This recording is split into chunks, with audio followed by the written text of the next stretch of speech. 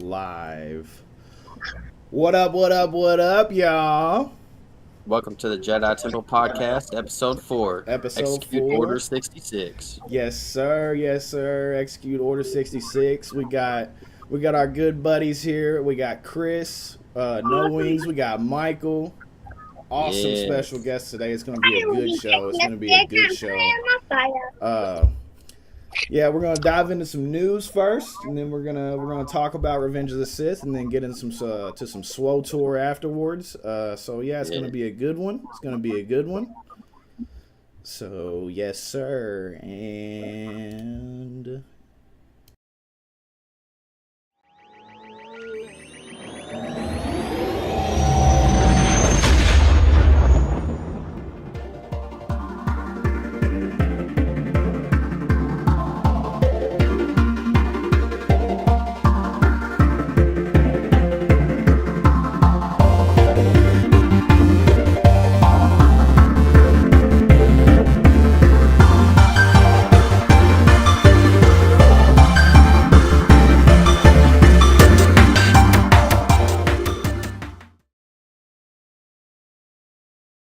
yes, sir.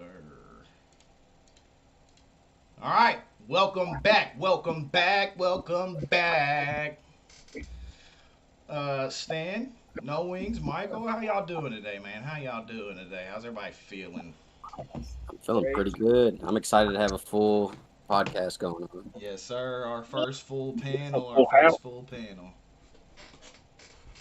Maybe I should turn this light off. Yeah, that looks better. Yes, sir. No Wings with the baby Yoda, the Grogu, the one and only, the Mandalorian Padawan. All right. So let's just go ahead and dive into some news. First of all, before anything, I want to go ahead and send my condolences and my thoughts to Ray Stevenson's family. Of course, that's the actor from Ahsoka. He also voiced some characters in the Clone Wars show and the Rebels show. He passed away this past week at the very young age of 58. Really sucks. My condolences to the family. He was a great actor and voice actor. Yeah, he's awesome. I can't wait to see what they do with his character in Ahsoka. He is one of the things in the trailer that really caught my eye and really got me excited because he's the one who did the Darth Vader-esque scene with the rebels in the ship. It looks so cool. That sucks that he's dead, man. I was really looking forward to getting more of him after Ahsoka. But yeah. Rest in peace to Ray Stevenson, man. I think he's a dark Jedi. You think he's going to be a dark Jedi? Yeah, not a Sith. I think he's a dark Jedi because the lightsaber's orange, not red, and it doesn't have a white center in it. So something's different. Yeah. I was kind of on the fence on what I thought he was gonna be doing in the show. I didn't know if he was gonna be a Sith or not, but I did notice the orange tint to his lightsaber, and I know Dave Filoni kind of made a comment about that, if I'm not mistaken. Yeah, he did. That's actually they're actually gray Jedis, and what they do is they practice the light side and the dark side of the Force, which is kind of goes back to the original teachings of the Jedi when they start. because A they gray didn't. Jedi is not a real thing. Well, yeah, And- technically now it's not. You're right. Yeah, It's not a technically thing now- in the EU either. No, it's not. It's really not. It's more of a. A It was fan. like in a video game. Yeah. Was it? Is that where it came from?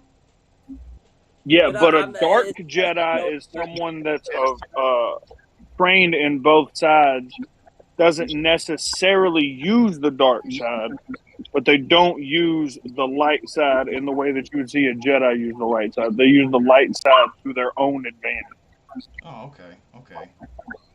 See, I didn't know that. I didn't know that. It's kind of like Ahsoka.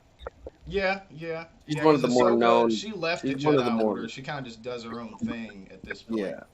She's one of the Ahsoka's more of like a pure embodiment of the Force almost. Yeah, yeah. You have like, to see the storyline out of Clone Wars, but she technically like kind of dies, and then the character of the daughter, who's like an embodiment of the light, brings her back, and she also turns into an owl, which is why you see an owl everywhere with Ahsoka. yeah. So it's thought and theorized that Ahsoka is as close to a pure embodiment of the Force as possible. And what She's that- almost more pure than a Jedi. and I feel like What does her lightsaber color, with it being white? What does that mean? So if you watched in Tales of the Jedi, that third episode, when she kills that Inquisitor, mind you, with no weapon, okay? Right, right. Put that in context. Now, granted, this dude is not like a Sith, okay? But he's a trained Inquisitor with a lightsaber, and she just, with no lightsaber, just wrecks him. Wreck So- shop. She did. Right. So the way that a dark side user makes their crystal red is that they literally pour their hatred into the crystal and they bleed it Yeah, red. they bleed it Yeah. red. So what Yeah. she did was she takes the two crystals out of that lightsaber and she purifies them with the Force, which is what turns them white. oh shit. That's so. Which Which sick. is I love also her an lightsabers. incredibly powerful thing to be able to do. To unbleed that crystal and turn it white is something that I don't think anybody else has ever done. Not that I can think of. No, not that I can think of for sure. Done, but I do know there's a book series that's basically from the perspective of Luke, and Luke talks about how they can do that and how much it really takes to be able to do that. Shit. That where you can cleanse the dark side. That's badass. Okay. All right, but on to the next one. So there's a rumor going around that Mark Hamill and Hayden Christensen are going to join the Disney 2025 film. Oh yeah, Daisy Ridley's next film that takes place Yeah. 15 years in the future. Yeah, the after new date. Rise of Skywalker. Yeah, the new Ray film. I don't know about y'all. I'm super if that is true, I'm super excited for that. Anytime I can get Hayden Christensen on screen, I'm for it. I love my Hayden Christensen. I love Anakin. But at that point, it's gonna have to be like at that far in the future. I mean, it's gonna have to be flashbacks and. or I something mean, like Or well, Force we've already Ghost. seen. Yeah, we've already seen that both Let's say- Luke and Anakin can both project Force Ghost in canon now. Yeah, that. Yes, that's true. Yeah. So I think if anything, that's the route they'll take. But and that's amazing. I'm glad. At least we're gonna know that may happen. are y'all, if that's true, are y'all excited to see both of them come back and kind of just at least just having them have something to do with Star Wars always elevates it for me because we all know they treated Luke like shit in the sequels. Mark Yeah. knows. We all know. The fans know. Yeah, And they ruined Luke. Unfortunately, they could have killed him like they did Han Solo. I'm really interested to see who they grab up to helm that movie because I don't think I've heard anything as far as directors go. But I haven't seen any rumors for it. I'm going to go ahead and put it out here. I don't have a problem with J.J. Abrams as a director. I just don't think he's a good Star Wars director. Same with same with Ryan Johnson, because I don't know, because we all know that it was JJ for Force Awakens, and then they took it to Ryan for The Last Jedi, and he kind Hey, of did his own thing. So JJ kind of had to clean up shop in the third one, and it just left a bunch of plot holes and all that whatnot. So Well, they were well, originally going to use 3 different directors for all 3 of them. Where were they they? fucked yeah, up is nobody sat down and planned out a trilogy. They just said, No. "Hey, JJ, make a movie," and Right. then he made that movie, and then they just passed it to Ryan Johnson. Okay, now you make a movie, and Yeah, then they passed it back to J.J. Abrams because That's literally what they did. of Yeah. the reaction that you got from it. and they were I like, "Hey, actually clean this like The up." Last Jedi. I do think there is. I do think they did announce maybe a producer for the movie. I don't Kathleen Kennedy is the producer. Thank you. of the like next Ray movie. Thank you. Yeah, don't Kathleen Kennedy serve as producer on all Star Wars things now? Because she's like, Yeah, No, kind of like an actually, EP. Yeah, yeah, she's yeah, like, kind of like a Kevin Feige esque figure for Star in a Wars. way, but I don't. I think her title, when you look at the Mandalorian credit scenes for each episode, I don't think it's producer though, because I don't think she's involved in actually producing it. I think she's. I really Co- want to say she's just head of Lucasfilm, so I think she's really that Kevin Feige figure. Yeah, she Yeah, I is, think but she's president of Lucasfilm. Yeah. I don't think she's gonna be there in the next 5 years. I don't know, man. She's managed to fucking keep herself there longer than she needs to be. So I think if you're asking me, She's I been think there she, since the late 90s. she has a lot of power in Hollywood. I mean, without question, she's obviously made and had to do with a lot of the really the best films to ever come out. She was involved in Jurassic Park. She was involved with E.T. You know, all that good shit from the 90s and early 2000s that everyone loves. Kathleen Kennedy was involved. I just don't think she's the right person for Star Wars. I really don't. And No, she's think the a lot one of- that George essentially had picked to be the one that he passed it off to. I So didn't she's not know going George nowhere. picked her. I didn't know George handpicked her. I had no Yet idea. George already had her in the position where she was second in command even before he sold it. Oh, Yep. okay. See, I didn't know that. She's his right hand man on Indiana Jones. It has been Steven Spielberg, George Lucas. Like them 3 are like 3 peas in a pod, and they have been since like the 80s. Speaking of Yeah, Indiana she's been there Jones, like post OT, but prequel. Right. Oh, she was doing the Indiana Jones in the like mid 80s, you know. Yeah. And then she was part of the crew when they did the original Star Wars.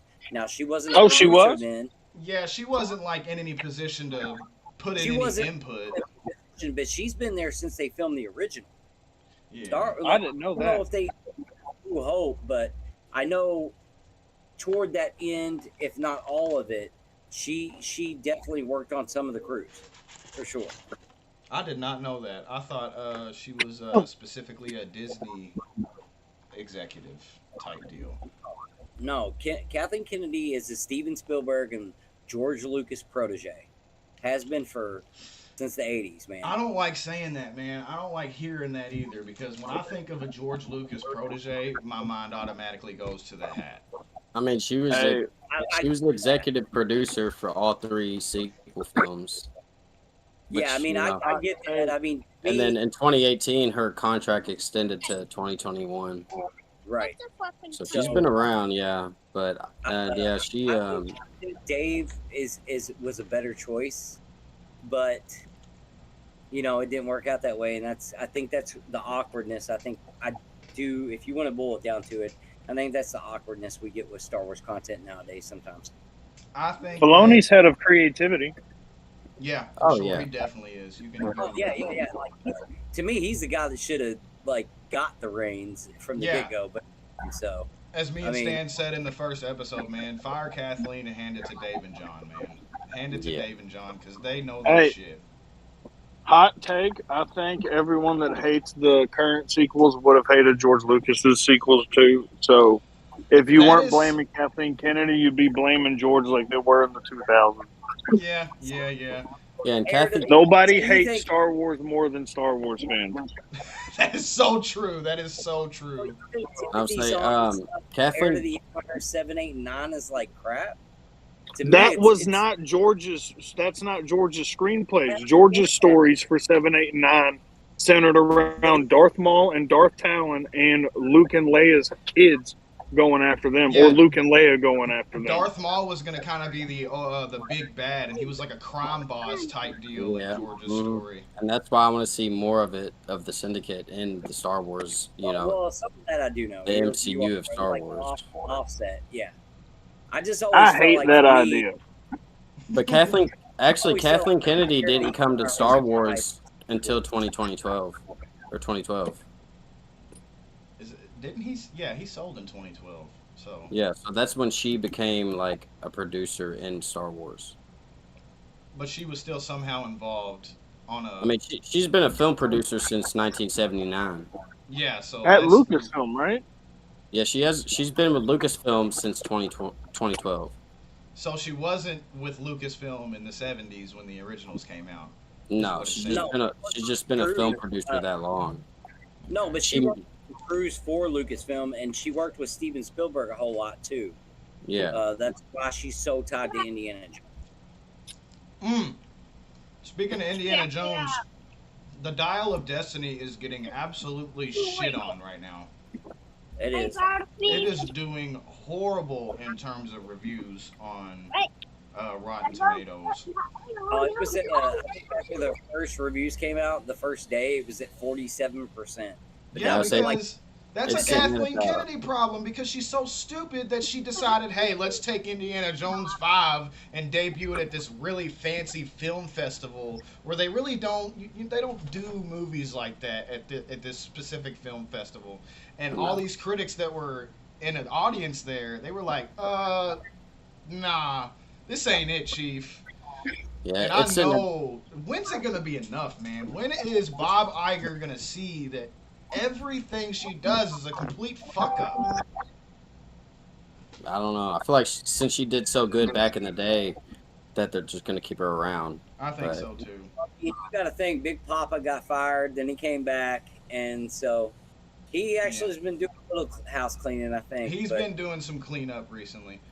Yeah, big- And I would say Indiana Jones, The Dial of Destiny, that's sitting about 50% on Rotten Tomatoes. So I'm gonna keep it creamy with y'all, man. I've only seen one Indiana Jones movie, and it's the one with Shia LaBeouf in it. Oh my I've never seen a Jesus. single one. yeah, I'll say I'm I've seen a glad few. Not a single one. I've seen a few, but I was younger, and I really don't remember them. Watch that shit. Yeah, I'm Great. glad I also I have no interest in watching it. I don't know why. But if you were like, hey, you want to watch Indiana Jones? I'm going to be like, probably not. Yeah, Right. I think I'm good off that. I love Harrison Ford. Don't get me wrong. You but never something about that Indiana just doesn't Jones. draw me Four to by it. Sean Connery Right. and Harrison Ford together was amazing in the third one. Like, it was just, that was movie magic to me. That was like, okay, you got really two good actors, and that was a really good story. All right, let's get off Kathleen Kennedy's tits here and go ahead and move on. Yeah, KOTOR. The next topic we got in news is Ubisoft's open world Star Wars game has been apparently given a 2024 release window. We don't know much about it other than it's open world. I don't know about y'all, but I'm really excited to learn more about what that's going to be. Because Interplanetary, too. yeah, interplanetary, like No Man's Sky, where you can literally fly your ship into space and go to other systems and other planets. That's going to be so cool, man. That's going to be so cool. Oh, yeah. I'm hopeful Imagine- that you'll be able to be all kinds of different types of characters. Like, yeah, I not hope you're just not the limited Jedi. to just a Jedi or just a Mandalorian or whatever the case is. I hope you get to pick. You could Like, let me be a uh, smuggler if I want. Exactly.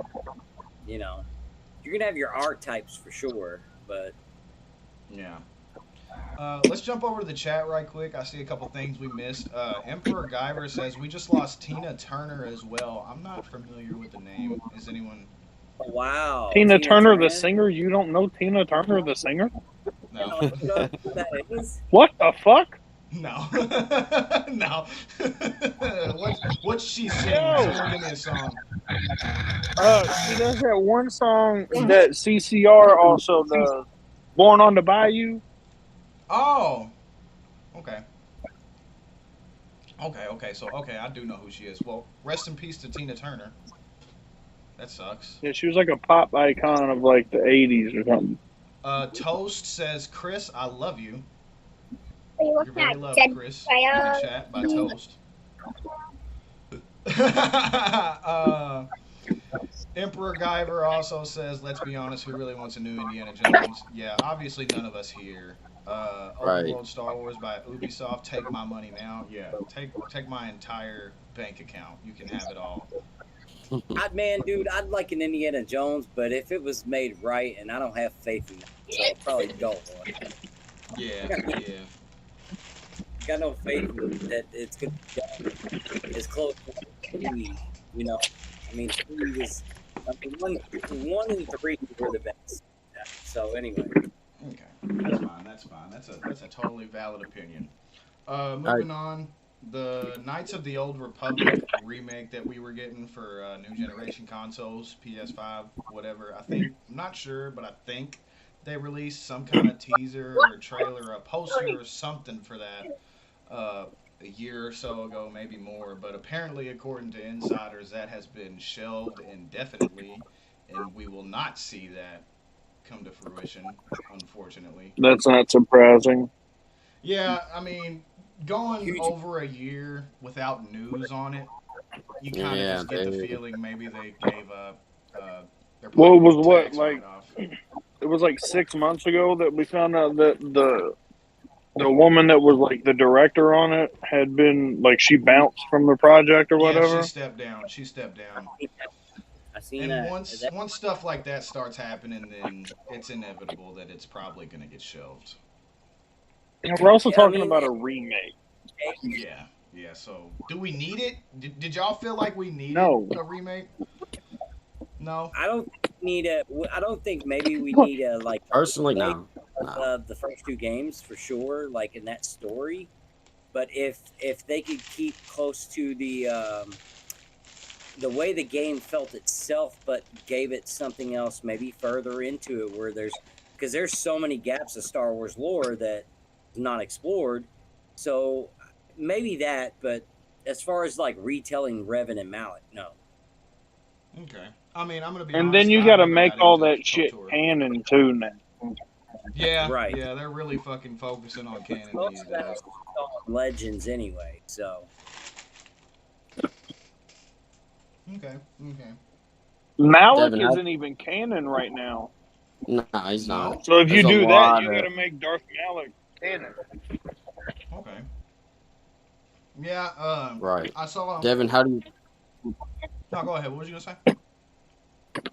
No, go ahead. I haven't played KOTOR. I haven't touched it, not once. I've seen a lot of gameplay on it, like I've studied up on it, but I haven't played it myself. What kind of console you got? I have a PC. I got a Series S. I got a PS4. Okay, well, I'm gonna send you. I'd like here in the next couple of months. I'm gonna send you a PS4 gift card, and you can buy that. I think it's on. No, it actually isn't on PS4. So it's on the Xbox store, I think so. Right. So you got a Series X. Man, they're like, I think they're like $10 and $15 for 1 and 2. So. Oh, word? Yeah, like they're cheap. They're not expensive, but in the next couple of months, if you ain't played it, I'm gonna make sure you play it. Cool. All right, so we're all in agreement. No one gives a shit about the KOTOR remake. Yeah. All right, Stan, go ahead. What was you gonna ask me before I rudely interrupted? No, you're good. I was just butting in. But how do you feel about the Dave Filoni movie? It's not going to be called or maybe have anything to do with Heir to the Empire. I mean, I think they're gonna. I mean, what I'm guessing is they're gonna try to attack Heir of the Empire at least somewhat in the Ahsoka series. So I'm not really too Yeah. surprised by his movie not focusing on that story. But he did reveal that Thrawn is indeed the big bad of Star Yep. Wars right now. So I think he will, for sure, have something to do with that movie. Hopefully, I think that Thrawn will have I something to thought do they with that said the movie. title of it was going to be Heir to the Empire. No, that was a rumor, and Dave Filoni came out and was like, that's not true. Maybe he's just saying that to. Oh. Maybe he's just saying that Yeah. to keep us, keep us in the dark. Maybe it is Heir to the Speculate. Empire, and they don't want it. They don't want that news out there yet because you gotta think we're still years away from even production beginning on that. So they don't really want. Right, and they literally just had dude in the last season of Mandalorian refer to him as the Heir to the Empire. Yeah. So. Yeah. Mm-hmm. That makes So, me yeah. think you're going down that road. I mean, if they didn't name it, Heir to the Empire, then it's going to be something similar because it is the Heir to Gotta the be. Empire Gotta be. story. It's Even gonna if be an alteration. they're going to remix it, but It's going to be an alteration of Timothy Zahn's novel. They're going to take what they've already done and try to fit it into parts of that, and I think blend it somehow. I mean, you guys. I wonder if they're going to use just the 3 canon novels or if they're going to use all 6 of his novels. I would think they probably only use the 3 up to the point where. I mean, because obviously, Mira's not going to be in it. Luke's not going to be in it, and I think there's a lot that to be there. But as far as like leading the Emperor, I think it's going to lead into Force Awakens, like the way they were trying to clone the Emperor in those novels, and like that whole concept. I do think maybe we would probably get Joris at some point. I kind of thought Balin would be Joris when I seen that trailer for Ahsoka, but it's not Joris. But seeing Joris would be pretty great because he's actually a clone of himself that the Emperor made because he actually died like before Luke. So Okay. He still could be him. They could have just changed the name. Well, they That's can true. do whatever. yeah. They can do whatever they want. To 'Cause be honest, right? They did so, that with Korriban. They literally just changed the planet name from Korriban to Moraban and was like, this is the canon name now. Why even do that though? Stupid, but I don't know. It's so stupid. It's so stupid. Just There keep was it no the reason same. to change it. Corban. It's Corban. It's what it is. It's Star Wars. Like you're literally gonna change They the literally first just letter. changed one letter. What the fuck, bro? Like, come on, just Disney. I know that's obviously a Disney thing. Like, oh, we don't want anything from Legends. We don't want any. They can make it our own thing by changing one letter. Yeah. Other than Dave Filoni and Disney, Legends is the best content. Like, But- just go. I agree. Legends I think is so messy, though. It is very messy because there's so many people involved in it, and it's yeah. And there's so much shit that just doesn't go with itself or with other stuff. Yeah, that's true. That's true. Because there's no table of like writers that were like, hey, we're gonna write all of this stuff. It's just people just started writing stuff. Right. And George right, just kind of signed off on it as it went. Yeah. It takes fans. Because he didn't care. I know, but it takes fans like us to piece all of it together, really. Yeah, as far as George was concerned, none of those books were canon. Only his movies were canon. So he's just signing off on everything. Yeah. But All right. fans- I got a topic to bring Well, that up. was why he had the Legacy of the Force series commissioned. He picked 3 writers and was like, "Hey, all of this shit out here that doesn't connect to itself, I need you to find a way over the course of 10 books to connect all of it." Right. What you got to bring up, Stan? What are you talking about over there, man? All right, so back on Kathleen. So how do we feel about her not being interested in Obi-Wan Season 2? Her being I'm the not top interested in Obi-Wan Season 2. Whoa! Hot take. Right. I don't get why that's a hot take, dog. They can't just keep fighting. Yeah. You're right. I mean, I'm not Right. saying I mean, that I Do you want. want Do you want a Kenobi season 2 where it's not Kenobi versus Vader? The answer Yeah. to Yes. that is no. Okay. For me, yeah. How many I times want to do see you want them to Obi-Wan do with that? young Luke. I want to see Obi-Wan with young Luke, since we saw him with young Right, Leia. But but that he's Might as breaks well not do it. with canon. young Luke. You're gonna go back to Tatooine and watch a hermit live in a fucking cave and talk to his ghost friend. Yeah, I see Alright, where that yeah. would be a problem, but A little bit, yeah. man. It's Is he cool gonna go when on another secret mission with the now 9-year-old child? No. Or the 11-year-old Yeah. kid? Like, I no, mean, we're not if doing that. Disney's in charge. I'm supposed to be protecting Luke. Why am I out saving the kid Leia? Like, Yeah, that Right. was one of the things that bothered me. Like, why do I give a fuck about Kid Leia? I don't. Bro, I got- loved that. No, don't get me wrong, Michael. I I loved the it whole too. idea that Luke's gonna be in trouble and Obi-Wan's got to go sit. That is the most generic shit you could have thought of. Bait Yeah. and switch me and give me Leia. Oh no, I like the Leia thing, but now I'm like, if they do make a season 2, yeah, you can't have Obi-Wan and Vader clashing again. I'm like, Nope. at this point, they No. might as well introduce him saving Luke at some point. Because you've already broke canon with them meeting in the first season. They were Yeah. not That's supposed not to meet. necessarily true. Why you say so? Why That's you say not so? necessarily true. Because just because he like has a couple run-ins with him doesn't mean that when he's 19 he still doesn't refer to him as like, oh, that's the old hermit dude that lives out in the fucking desert. Yeah. He's not, as long as he's not like well known with him. Oh no, I was talking about Vader. I was talking about him clashing with Vader because Yeah. in canon he's like Obi-Wan and Vader in A New Hope hadn't seen each other since. Well, we were led to believe they hadn't seen each other since Revenge of the Sith. Yeah. The only thing there that has to make sense is the line where he says, "Last time we fought, I was but a learner. Now I am the master." So as long as Obi-Wan kicks his ass, Which he then did. it's fine. But how many times you want to watch that happen before you're like, oh, actually, how the fuck did Vader win in A New Hope? But I mean, within Obi-Wan being in solitude on Tatooine and watching over Luke, I would like to see a story with that happening. Maybe Luke gets captured by, I can't even remember the species. The species that they put more story on. The Tuskens? Tusken Raiders? Yeah, the Tusken. Yeah, I want to see like maybe Luke get captured by the Tusken Raiders, or maybe join them and then Obi-Wan brings him back. So I don't know, just some instead kind of of story. seeing Anakin slice up a bunch of Sand people, you want to see Obi-Wan do it. That would be cool. Yeah. Look, my I mean, thing yeah. is anything to get Ewan McGregor back on screen.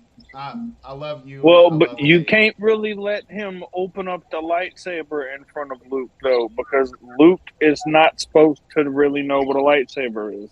Yeah, and Yeah. he doesn't until And you're going to New remember Hope. that. Yeah, you're definitely gonna remember Yeah, that. an 'cause 11-year-old kid sees that shit, they're going to be like, yo, old man Ben is a fucking Jedi. Old man Ben got a laser sword over there in that cave, man. What's Yeah, up with he's that? going to remember that. Yeah. Right. Okay.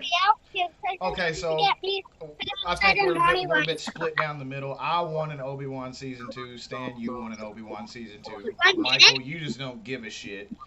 Chris is gone. I do not want an Obi-Wan season 2. Chris is I mean, gone, I don't so care if they make one. I would like to see one from like the kid perspective. You know, they had a kid Leia, so I want to see a kid Luke now.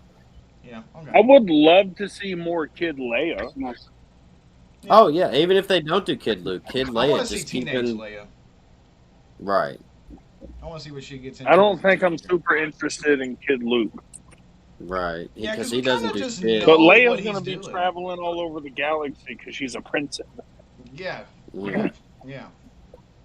Okay, I agree with And that. she's got the temperament of her mother and the attitude of her father. And that's I a was gonna hell of a say- combination. That is a Yeah, hell of she's a literally- combination. She in Obi-Wan, she said she didn't want to do that. She didn't want to be a politician, any of that. And I was like, I don't think her mother wanted that, but she knew she had to do it. I think that fits her So character very Padme well. wasn't Leia really ever given a choice. Yeah, I mean, she was pretty Exactly. much brought up with the idea that, like, Yeah, this is what and you that's do. how Yeah. that's how Senator Organa is trying to bring Leia up in the same way. I mean, I think that's So And a good instead, she segue. becomes a general. And what you were saying, Michael, is she has that rebellious to her like Anakin did. Yeah. Shows She that from the does. beginning. Speaking of Padme, that's a good segue. And Natalie Portman said in an interview this past week that she is interested in coming back as Padme in some way, shape, or form in the Star Wars universe. How would they do so? Flashback, I guess. That's the only way to do it. Yeah, flashback, or if they make another animated series and have her just as a voice Have her a actress, voice. you know? Yeah, I could see that Yeah. happening. But man, I'm trying to think of There's how not they many could other bring her ways. back or where they could bring her back. I think Ahsoka would work if you do a flashback. Because there's a rumor going around that Yeah. apparently there's a flashback scene in Ahsoka where we see Anakin in his Jedi Knight armor from the Clone Wars show. Maybe she's there. Supposedly, she's gonna go in the world between worlds. I always forget about the world between worlds, man. That's because One of the rumors was that you could potentially see her fight Anakin on Mustafar instead of Obi-Wan fight Anakin on Mustafar. Yeah. Wait. I remember that. That's So true. Padme is a Jedi? No, Ahsoka. Oh, fighting Ahsoka fight Anakin. Obi-Wan. Or Anakin. Yeah. Yeah, Ahsoka fighting Anakin. Ooh, Well, you got- that would be sick. possibilities when it comes to the world between worlds. Like, like Vader actually kills Ahsoka, but then Ezra fucking comes Hey, back. spoilers! Well, I'm sorry. Oh, I'm you didn't sorry. know that? No. No, I saw Rebels. I shouldn't have said that. My bad. But I didn't hear what you Goddamn. said. I screamed before, so. okay, well, there's some stuff you can pull off, man. That's all I'm saying. Okay. So I'll leave it there. I need to shut up now. I was like, hold on, wait. I'm watching it now. So, okay, yeah, that looks like, I think that's all the news we've gotten this week. Right, Stan? You don't have anything else, do you? No, not that I know of. No. Does anybody else got any tidbits that they've seen over the week that we haven't brought up? No, that's pretty much what I'd seen this week. Okay. Right. Other than that, man, R.I.P. Man, R.I.P. to Ray Stevenson. R.I.P. Yes, sir. Yeah. That's all I'm gonna say, man. Rest in peace. Give his family best wishes, and he was an amazing actor, not just in Star Wars, but in everything he did. He was a great human being, and he will be missed. He will be missed. And I'm sure they're going to dedicate Ahsoka to him. I hope they do. We'll probably get some Before- credits. And I was gonna say before we get into anything else, Ahsoka season 1 is August of this year. That's We're creeping Yeah. up on it. either 2 to 3 months away. We're I'm creeping really up excited on it. for that. That's why you got to watch Rebels. Yep. You Yeah. gotta watch Rebel Stand. You gotta get caught up before August, baby. I'm already damn near I'm- a season in. All right, I'll get into it. Don't worry. I know Chopper. I'm excited Otherwise, it's you're gonna going to be like totally lost. You're right. No, I know. Chopper is so cool. I sent Stan a video over the week where I should have sent it to you too, Michael, because that shit had me fucking rolling. Hera told him there's something like some kind of tracker on the ship. She was like, "We need you to go look for this." And Chopper Lee goes, "The fuck is that?" That's what I heard. I swear to God, the fuck Yeah. is that? It is what it sounded like. Chopper's, Whoa. That's my guy. I love him. when I look at all the droids out of all the Star Wars content I've ever watched, I love R2. I love C-3PO. You love R5, and and dude, Chopper is Shit. the guy. He's the guy. He's just Chopper the guy. is the guy. And Michael brought up a good point. Uh-oh. What happened to Stan? I don't know. He what gone. happens. Oh, there he is. He's coming back. He back. I think so. It's loading. I know. I That see it reminds too. me of a PS2 screen. That is what it looks like. The cubes. Yeah, that is what that looks like. No, Stan. Damn. Well, you know, Wi-Fi. He said he just switched his internet too. So Did he? yeah, he said he's on new internet now. So He needs a Ethernet. He Needs an Ethernet bad. If he's running straight through Bluetooth, yeah, he does, or Wi-Fi, yeah, he does. I'd rather run it Ethernet for streams, especially. So I run an Ethernet in my PC all the time, no matter what I'm doing. dude, be honest with you, I'd rather run an Ethernet into my 360, my Xbox One. Like, if there's an Ethernet connection, I'd rather use that than with anything else. I got my router literally right here, bro. And I'm unplugged the Ethernet and from the PC to the Xbox to whatever the hell I'm doing, because I am impatient. I am impatient. Well, I want to wait until Stan gets back in here to jump into the movie, though. Right. So, chat, who's all in here? How's everybody doing? Can I get some hot dogs in the chat? Hot dogs in the chat. Hey, who was it that said they loved me earlier? Toast. Someone named Toast in the chat. Toast, right? Yeah. All right, I'm gonna look into that. Just straight Toast is their name. Well, I sent the podcast to like 50 people today, so. Okay, so that it might just be somebody you sent it to. Right, somebody I know. So I just went on Facebook and started sending the actual YouTube channel. I was like, check this out, check this out, check this out. Like 50 people. Welcome back, my friend. Thanks. I don't know what happened, man. You need an Ethernet, big boy?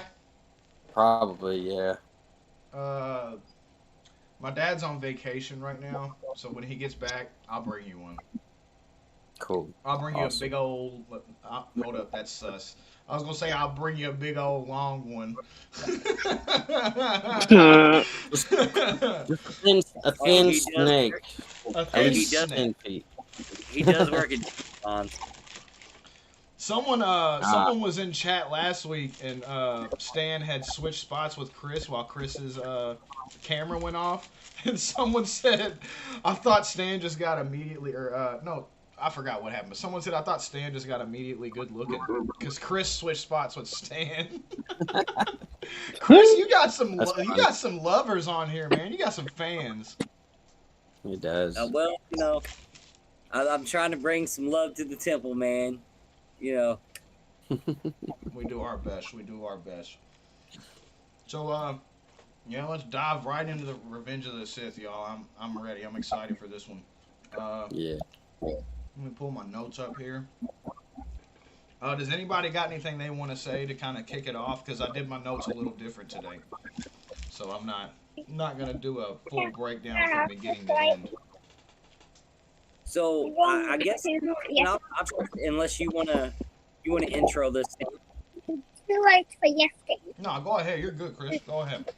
So I like, especially with the start of this movie, the space battle, just coming right into it and diving right into that whole first really act. I mean, it's part of the first act, but that very beginning of it, like, that was a very smart move. Going into that movie, I felt like coming off of the arena battle at the Clone Wars, like, to see like Obi-Wan and Anakin really get into space and see what they can do. But it's also a telltale sign in that first act that we really get to see Anakin's first. I guess the first time he really he gets vicious with someone. Count Dooku is what I mean, but you know. To me, I mean, he did just slaughter a whole village of Tusken Raiders in the movie before, though. Yeah. But they it killed was his mom. What would you do? Okay, right. But with Count Dooku, I felt like there was something more involved with power, the way he did that versus revenge with his mom.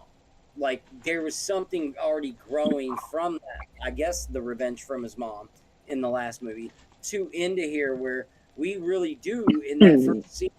We get to see a really good witty space battle, but then we get to really dig into that fight at the end with him and Dooku and really get to it just dives more into Anakin slowly becoming who he's going to become.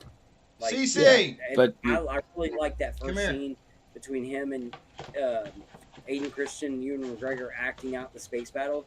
It was very witty, we had great comedy in it. It was fantastic, actually. Like, I And really like In the original George Lucas cut, that whole deal was over an hour long. yeah. Was it really? I can Yeah. imagine. I would have loved to seen an hour-long dogfight and Grievous introduction. That would have been cool. Because But His somebody had original said that, cut of the Chris. movie is like 4 hours. No shit. Why release the Lucas cut? Release the Right. fucking Lucas cut. I want to see a. That'd be 4-hour wild. movie. A 4-hour movie? one thing I want to get into, what I like about it is it's two Jedis who are finally shown to be good friends, because Obi-Wan, he didn't think he was going to take over as Anakin's master. Nope. So he was basically forced into that position because he was such a good Padawan to Qui-Gon. He And loves then Qui-Gon, at one man. and at a couple points, Obi-Wan tells Anakin, your family doesn't matter. If they die or live, it doesn't matter. And then that fuels Anakin, shows him how much he would do or what he had to do for his family. I like that a lot. Revenge of the Sith. I do too. I think Revenge of the Sith. I think this movie is the strongest when it comes to Anakin and Obi-Wan's relationship. Like, you really feel the gravity and the brotherhood of them two, like, more than ever in this one. And that's one of my notes, is that I love Hayden Christensen and Ewan McGregor's chemistry. I love it in all of them, but this one, you really feel the love between them, and I love those actors. They really pulled that off. They did. Definitely. They did. Yeah, Chris, I'm glad you brought that up as the first thing, the dog fight in the beginning, because that's my first note, is Grievous's intro, and the dog fight is super fun to watch. And dog fights in the prequels are some of my favorite pieces of Star Wars. Oh, I mean, even with pod racing, I mean, like, even with that, and just that being kind of this navigational, like, race or competition, whether you're battling in space or whatever, like, that fast paced stuff. But opening the movie with something that, like, as soon as you sat down in the theater, and then it was just like a space battle off the bat, I'm like, okay, let's get into this. I was super excited.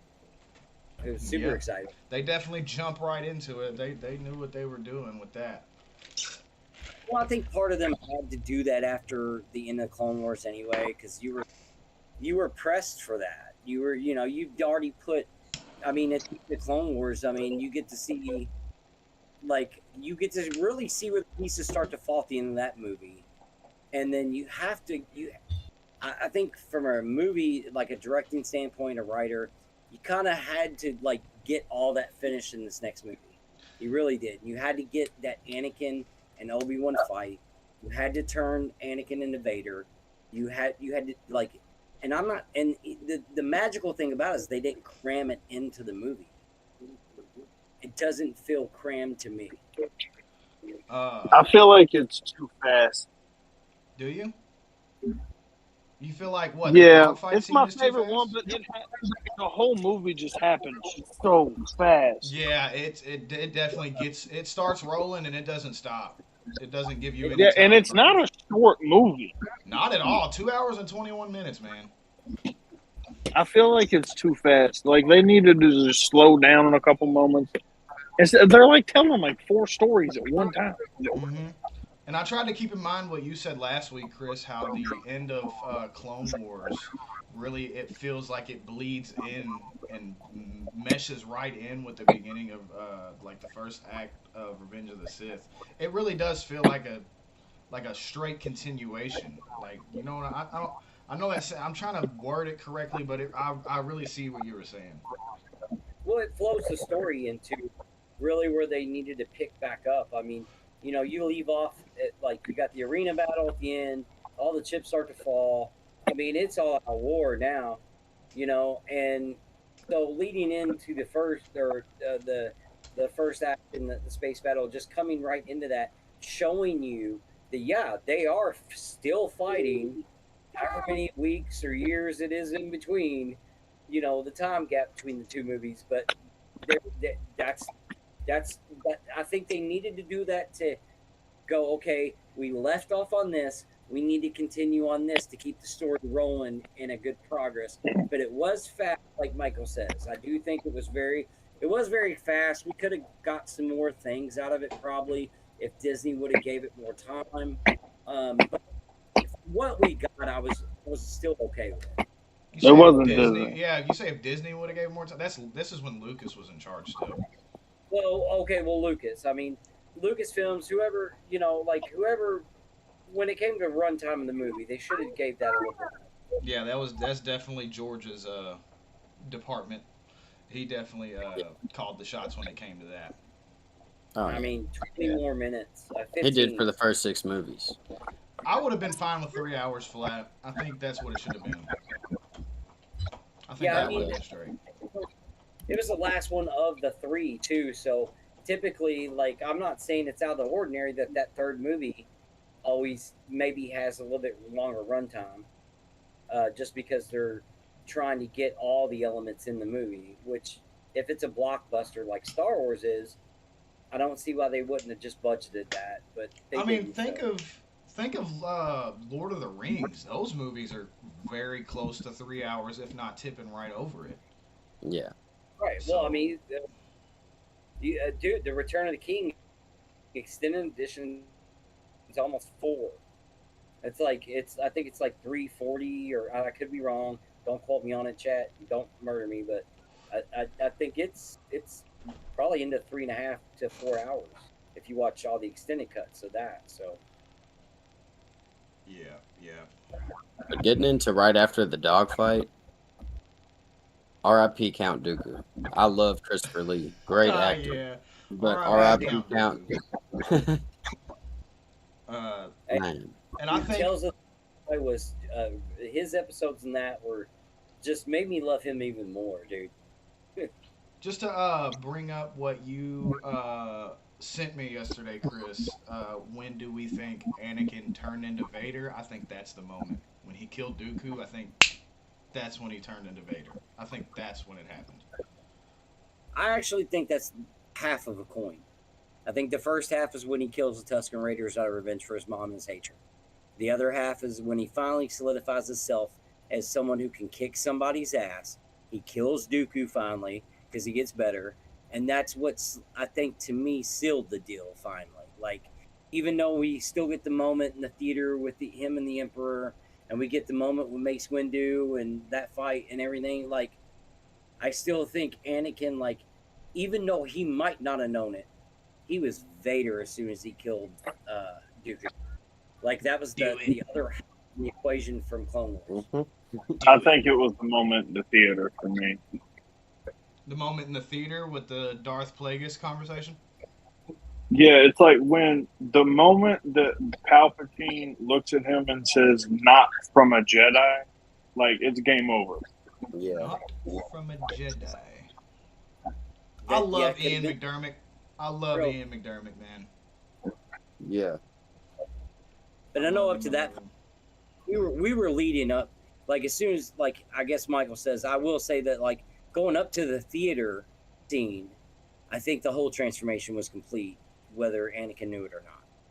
In the novelization, in that moment where Dooku's down on his knees and Anakin's about to kill him, in the novelization, he starts to tell Anakin everything. Like he done made the decision. He's like, wait, hold up. This dude just led me here to be the first murder of Anakin Skywalker. Like, yo, I'm about to Hey, tell him everything. why not? Why not? Right. He was about to tell him, like, wait, he's Sidious and all that, and boom, there goes his head. Right. That's that missed opportunity, I guess, where, like, the story.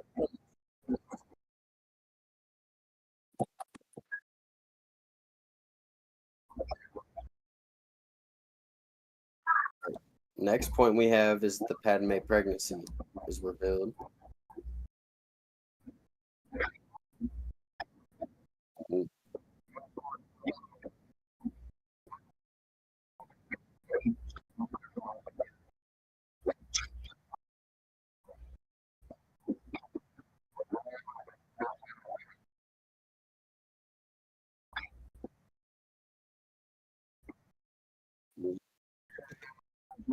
Hey, people shit on Hayden Christensen's delivery of all the lines, but if you think about it, he's Anakin Skywalker, who is Darth Vader. So if you imagine James Earl Jones delivering those lines in the same exact way, it would sound exactly like Darth Vader.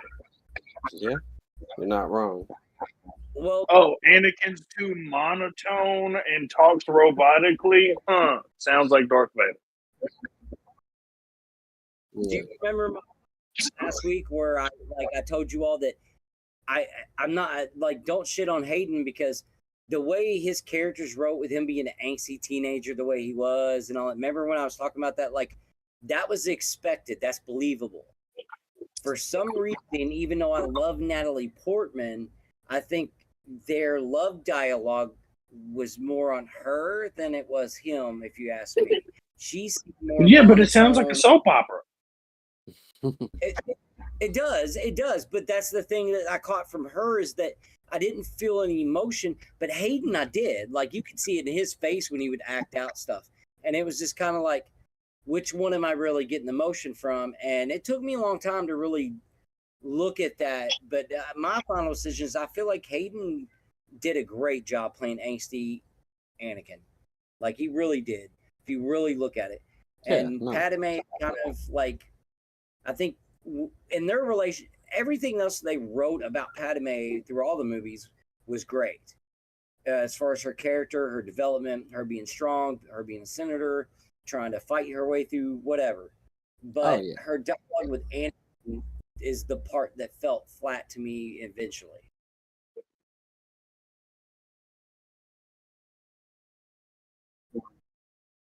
Yeah. Very true. He did. I was meaning that like that's intentional. No.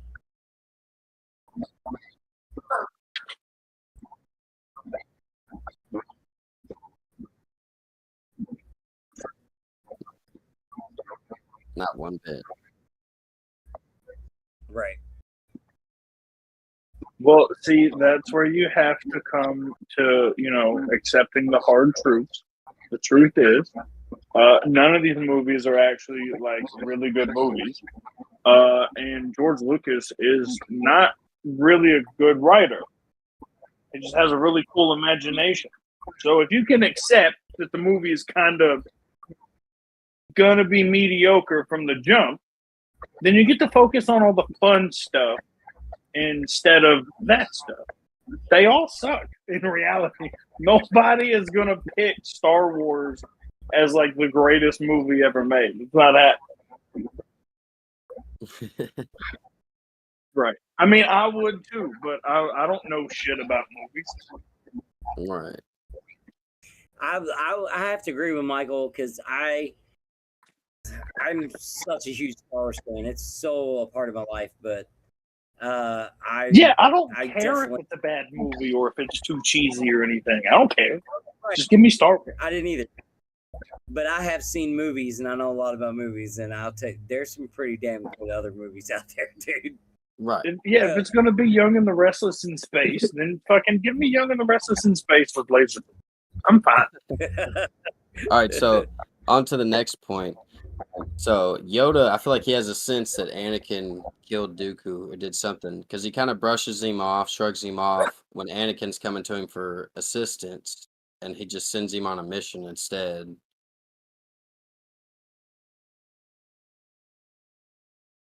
Yeah.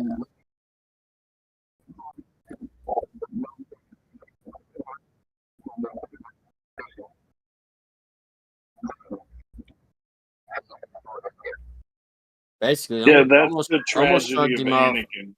Yeah, almost shrugged him off like Mace was doing throughout the whole trilogy. You mean like how Obi-Wan did in the movie before?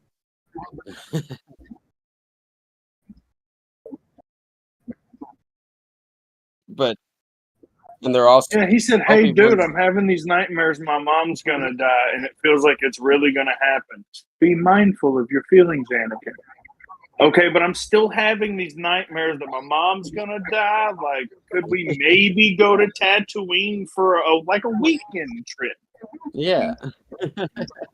Be mindful of your emotions. Right.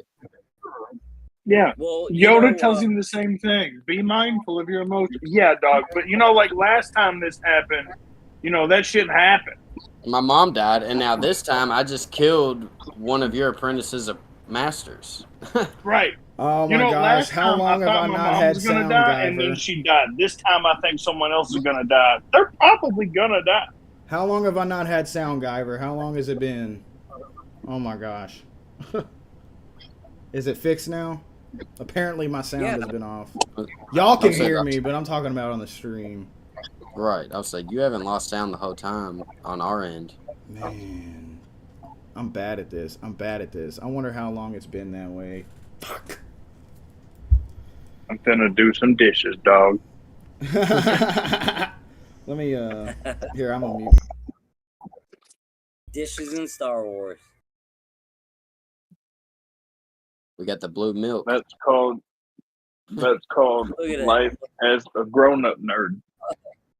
No, go back to that. Go back to that magnet on your fridge or what that was to the left, because that was hilarious. No, the other way. Oh, The other way. Yeah, right there. because it's Michelob. Oh, that's my kind of humor. That was funny. Okay, all you guys got quiet, man. Come on. All right, so what do y'all think if they granted Anakin Jedi Master? What do you think would have went different?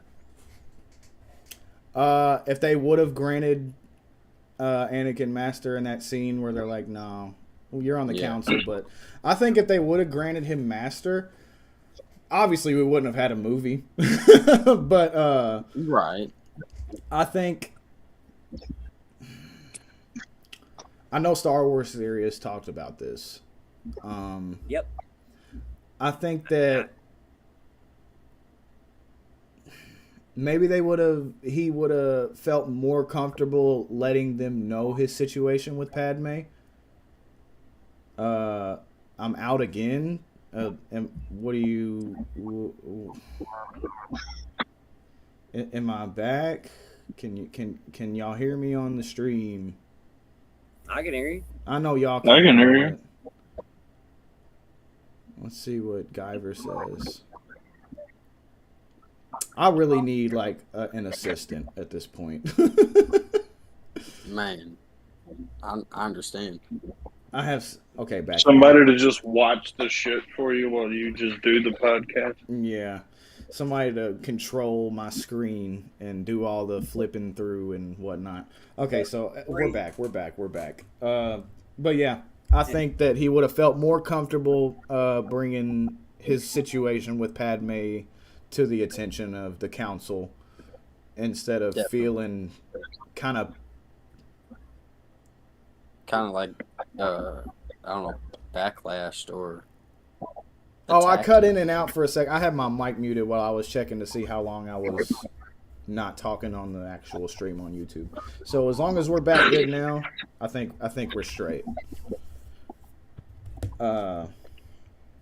Yes, sir. So that's how I feel. I think he would have felt more comfortable bringing his situation to light, and obviously, I don't think he would have turned to the dark side because I feel like they would have helped him. Maybe so. Maybe Yoda. No. Maybe not Mace so much as anyone else because we all know Mace kind of just fucking hates Anakin. Mace doesn't hate Anakin. You don't He think would have so? definitely been. He would have definitely No, been I think Mace dumbfounded. just knows, like, hey, this kid is kind of, a little sketchy. Yeah. As he is. He definitely is sketchy. He definitely I is think sketchy. when where he it goes came and tells Mace about Palpatine, when Mace tells him, if what you said is true, then you will have gained my trust. If he would have just said, you will have gained my trust, and I will petition for you to be Jedi Master, then it's like roll credits. Roll credits right then and there. Yeah, we wouldn't have a movie. So No, we'd have the New Republic. We wouldn't have the Old Republic, the High Republic. We'd have the New Republic. Yoda would have been the one to help. I agree. I think Yoda would have been the one to help him out. But then again, with that scene in the meditation room or whatever, Yoda was kind of like, meh, whatever. Stop worrying about it. Focus on the war. I think Mace would have been the one more likely to help. Interesting. I really do. I don't think Yoda ever would have listened. He was kind of, sort of arrogant. Yeah. Yoda. It's hard for me to say anything bad about Yoda. Yoda's always been one of my favorites, even before I got into Star Wars. So I kind of hold him to a very high standard. Yeah, he's 800 something years old, and nothing bad has ever happened. True. So he's gonna be. So yeah, probably Right. not super on the lookout for bad things to happen. Yeah. Here's the other thing that I'm if Michael might know this or whatever, but the way the Jedi teachings start to evolve from like the Old Republic into the High Republic, and which is like the High Republic is Yoda's part of the High Republic because he's younger then and everything, but I think so. I could be wrong, but when you start the High Republic, yeah, he's younger in the High Republic. Yeah, when you get High Republic and how the Jedi teachings start to change at that point, and it's written in a lot of content, a lot of novels and stuff that's been written about it. It's like there was this change in how they viewed the way the Jedi training and their whole philosophy kind of altered. And what it did is that it did create where Jedi did become arrogant. Jedi did become, even though they weren't bad or they weren't nothing like that, they did start to be very naive to a lot of things. They lost their way, and they started to become too focused on the politics, other than actually being peacekeepers like they say they were. And even then, very lackadaisical. Well, the whole reason I bring it up, it's like Michael said, like Yoda's lived through all of this, so all his teachings, he's gone through a different era of Jedi than like the old Jedi or the ancient teachings. You know, like he's grown up in more of a High Republic kind of teaching of the Jedi. And the High Republic actually lasts and like into Dooku and Qui-Gon. Like that's when the High Republic ends. Like he's raced through the whole High Republic way of the Jedi. And if you go and actually, if you guys take time and go dive in the High Republic comics that are out, there's some content there that you can see where from the Old Republic to the High Republic, there's this change. And so I think the way Yoda's behavior is, even though credit to him, he's a badass and he did love everybody, he did try to protect what he could, but the way he practiced being a Jedi was probably a lot different than what a lot of different era of Jedi would have done. Jedi Masters would have done in that position. Yeah, that's when they make the whole shift to we're keepers of the peace. Now we're going to slightly get involved in politics because there's no Sith for us to fight anymore. Yeah. Yep. And the High Republic was also from 500 BBY to about 100 BBY. So it was only around 400 years. So Yoda was 400 to 500 years throughout the High Republic. Yeah, I mean, he was older than Grogu. I mean, yeah, by far. He was already. He was a Jedi Master for at least 300 years. I know Yoda definitely was training to be a Jedi when he was already 100. Yeah, he became a Jedi Master at 100, I believe. Who trained Yoda? Does anyone know? He was training Jedi at 100 years old. It doesn't necessarily mean that he was a master, though. Okay. It kind of leads you to believe that. It's an easy conclusion to jump to, but it doesn't necessarily mean that. Right, and it looks better for Grogu because he's 52. That gives him 48 years. He could be training and if Jedi. He's not expected to be a master at 100 years old. That's a lot easier to deal with. Yeah. Does anyone know who trained Yoda? I'm looking it up. I'm not sure. I don't know the name of Yoda's master. Okay. Yeah, I can't fucking... I do believe Yoda's master is where he gets the talking and riddles from. Though. Yeah, it is. That is a fact. His backwards way of talking. Yeah, because Yaddle doesn't talk like that. She sure don't. Okay, so it's not there a was thing with the species. What you got, Stan? What does it say? at one point I don't see the name yet, but he taught him an insightful story about two different Jedi named Kung Fu and Chang, and taught Yoda how to live in peace.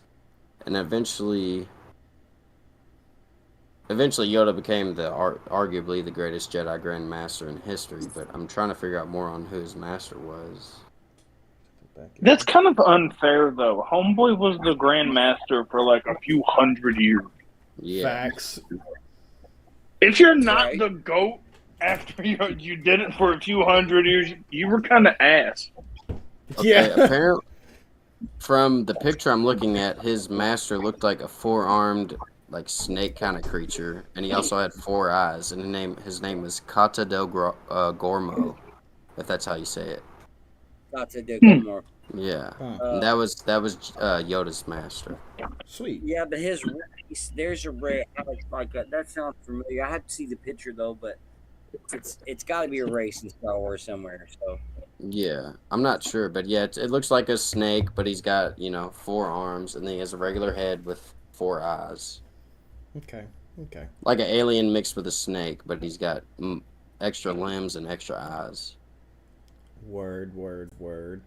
So, next thing I want to bring up, this has nothing to do with the story or anything like that, but I think ILM finally got it. Emperor Guyver says Nakata del Gormo. Okay, so that's what you just said. Yeah, it's either Nakata or Kata. I don't know if Or the N silent or not. Nakata? Yeah, maybe Nkata. I don't know if it's I don't know if the N silent or not. I just know it's what he spelled out is how you spell it. Anyway, I think ILM got it down pat with the CGI. This movie, I was paying attention to that very closely, and it looks really good, especially compared to the other two. It looks really good. Yeah, definitely. for sure. Industrial Light and Magic, they actually got it right with Revenge of the Sith. They got it right. That scene with in the beginning where the ship's crashing and they land, and that shot where it shows from the outside of the ship, it shows the cockpit. Usually, if that were to be in like Attack of the Clones or Phantom, that would look like dog shit, and you'd be able to tell if it's green screened or whatever the case. But I felt immersed, and I felt that was really there. Especially for the time period this came out in, 2003, 2002? I think 2005. Five? Yeah, because I think 5 or 6. I was in the 5th grade. Yeah, and that's about when I was in 5th grade too. So yeah, and I think Attack of the Clones was 02 or 03. I was 7 years old when. I want to say it's 99, 02, and 05. Yeah, I think you're right, Michael, with that. Because it's 2 years or 3 years in between each, right?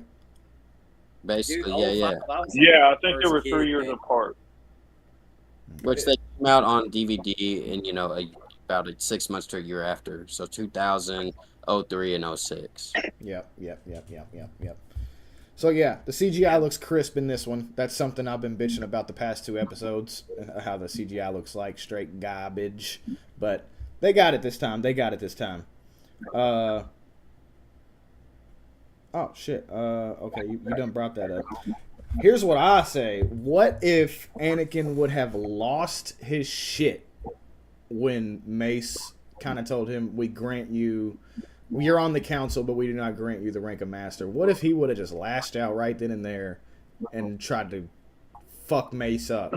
Do y'all think that they would have? He would have died. Ass? He would have died. Yeah, I feel like he would have got slaughtered. Full of Jedi Masters and Mace Windu, who knows Vapod, and Anakin's clearly gonna channel the dark side. He's getting wrecked. Or who knows? He all that anger and that dark side. He may have just slaughtered all the other Jedi Masters, and then it would have been dog. But that's like 10 on 1. Yeah, Yeah, it's a hefty number, but we're thinking about Anakin, you know, who he Would was And those supposed to. masters Obi-Wan of the would Obi-Wan council. be on Anakin's side or the Council's? He would have been on the council side, but he would have been trying to stop what Anakin was doing. I feel Yeah, like he would have been trying to play referee and probably would have got murked as a result. it would have Okay. been an all-out battle. It would have been an all-out war. It would have been badass to see. It would have been very badass But to see. I feel like I Yoda couldn't. could fucking take Anakin by himself, if you ask me. Oh yeah, maybe.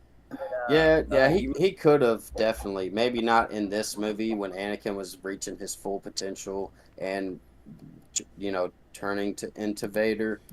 I feel like definitely Yoda could have beat him I mean, I because don't he's know, man, blinded. because Yoda told Obi-Wan, "You're not strong enough to take on the Emperor," but he kind of handled Anakin. He beat Anakin. So I Yeah, think but I Okay. mean, remember Oh, that question, Devin, I asked you? I told you, said, why did Yoda back off in the end? Think about it. he felt too much pressure on the dark side of the Force. that, and he, like he said, he knows he failed. He failed tremendously. He fucked up bad, Hmm. and I mean, from experience in the movies, at least, that's just kind of what Jedi do when they fuck up. They disappear. Yeah, that doesn't. I mean, I'm because from a content standpoint, not just movies, but literature, everything with Star Wars. Either way, Lucas, I think, actually wrote it. His I song. don't. Well, with Yoda, he did, and that's the only thing. That's why I brought up that question. And what, like, I understand the way they handled Luke later on, right? But with this whole situation, but when you look at Yoda, he's 900 years old, and you see the end of this movie, and you see the way he just kind of like sneaks everything away, and like, I'm just gonna let them conquer everything else. That never made sense to me. It's the only thing, and it's not anything bad at Yoda. I don't think I'm not talking shit about the writers. I just felt like why it was never explained. Why did you have to hide the way you did? When Yoda is one of the most powerful Jedi masters ever.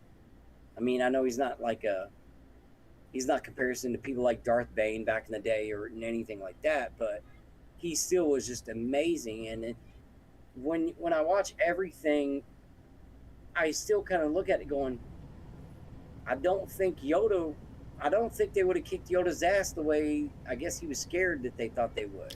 I don't Maybe think he it's that just he was scared that they could beat him or that he could die. I think it was the fact that he knows he's trained probably thousands, hundreds of thousands, whatever, younglings over the years. If anybody needs to survive to maybe someday in the future bring the Jedi Order back, he probably felt it needed to be himself. Yeah, but he never did though. That was where He never I kind did. of He never did, but I'm saying that's why he initially chose to go into exile. well, I'd definitely like to get books like journal books of him on Tatooine, where like or I meant Dagobah, where he's living out his life in between those times. I want to see some journals. I want to see what he has to say. Like hopefully somebody can write that one day or something. That'd be really cool to really see what was going through his head if that hasn't already been written. Street. Heck yeah. Well, that's my thoughts and opinion on it. That's why I think he went into exile.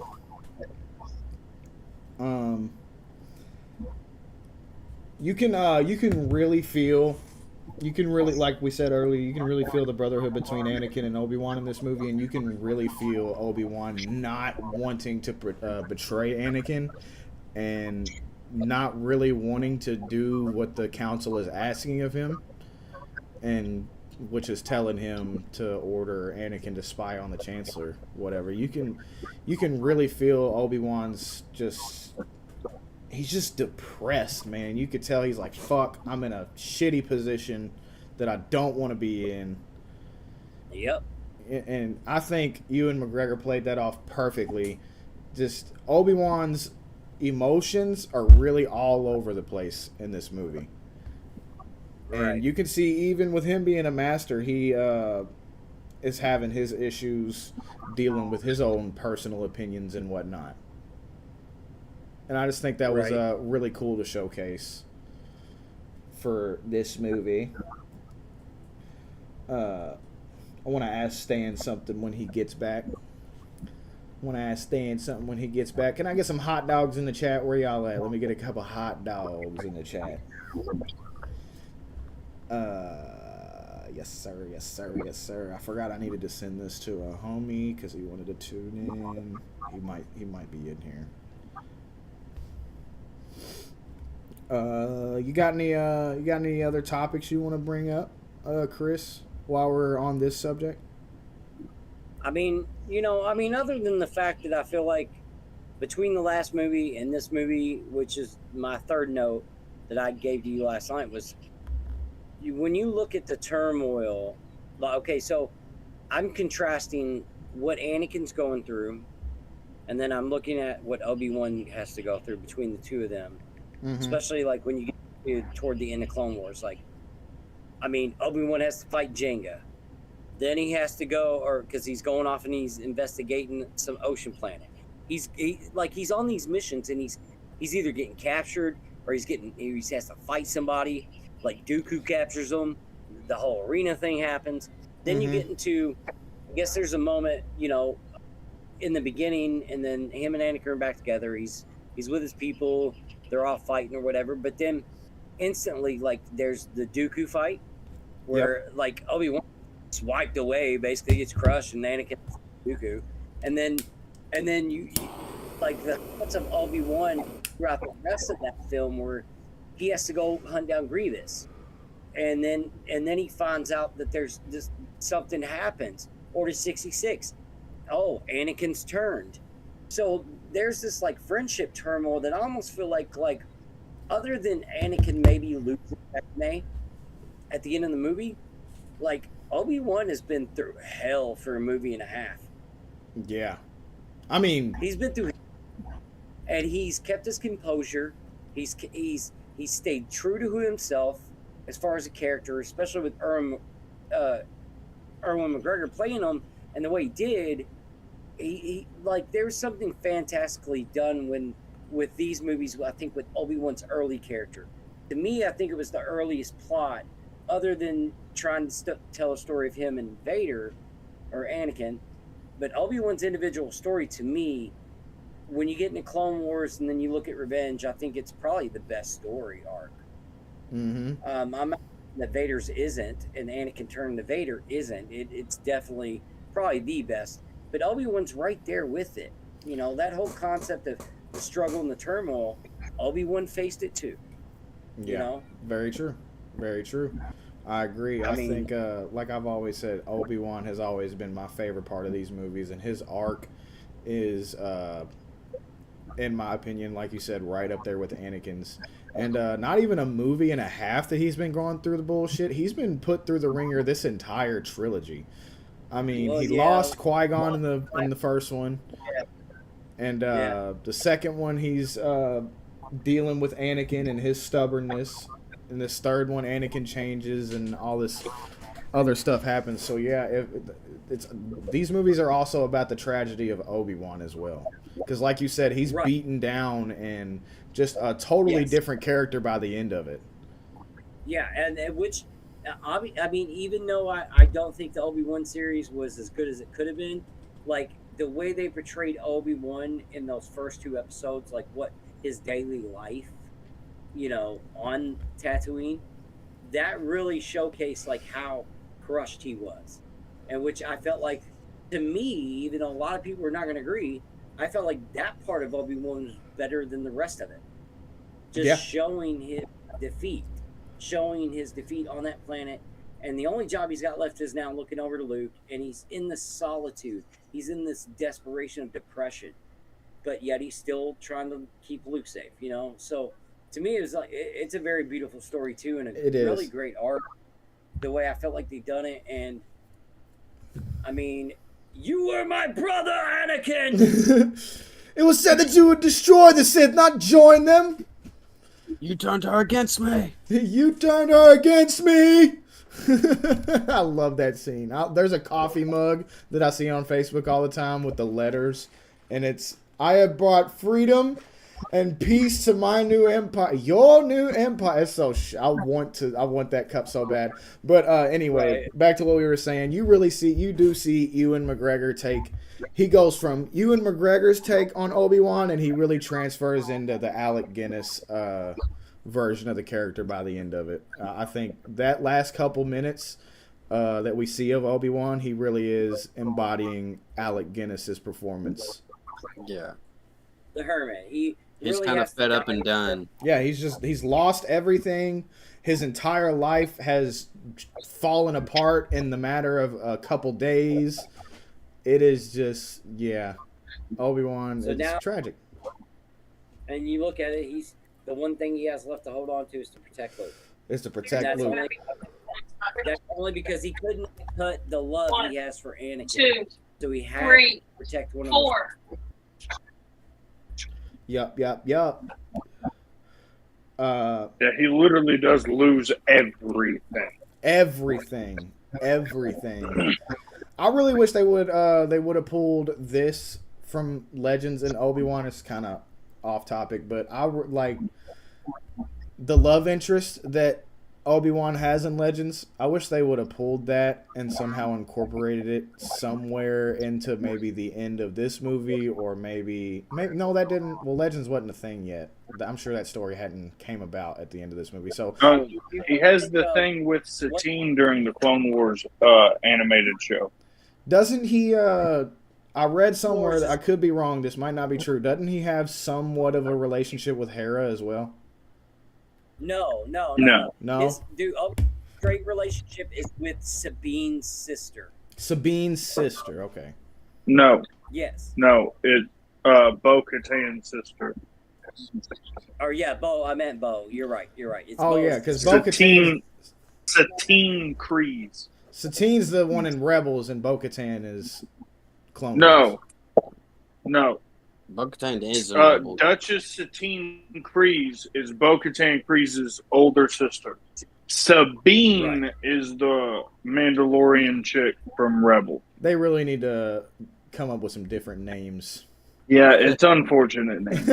It's unfortunate naming. That's confusing. Yeah, but that was, Changing letters. Just changing letters. Changing letters, damn it, Disney. No, it's not a Disney thing, but changing letters, damn it.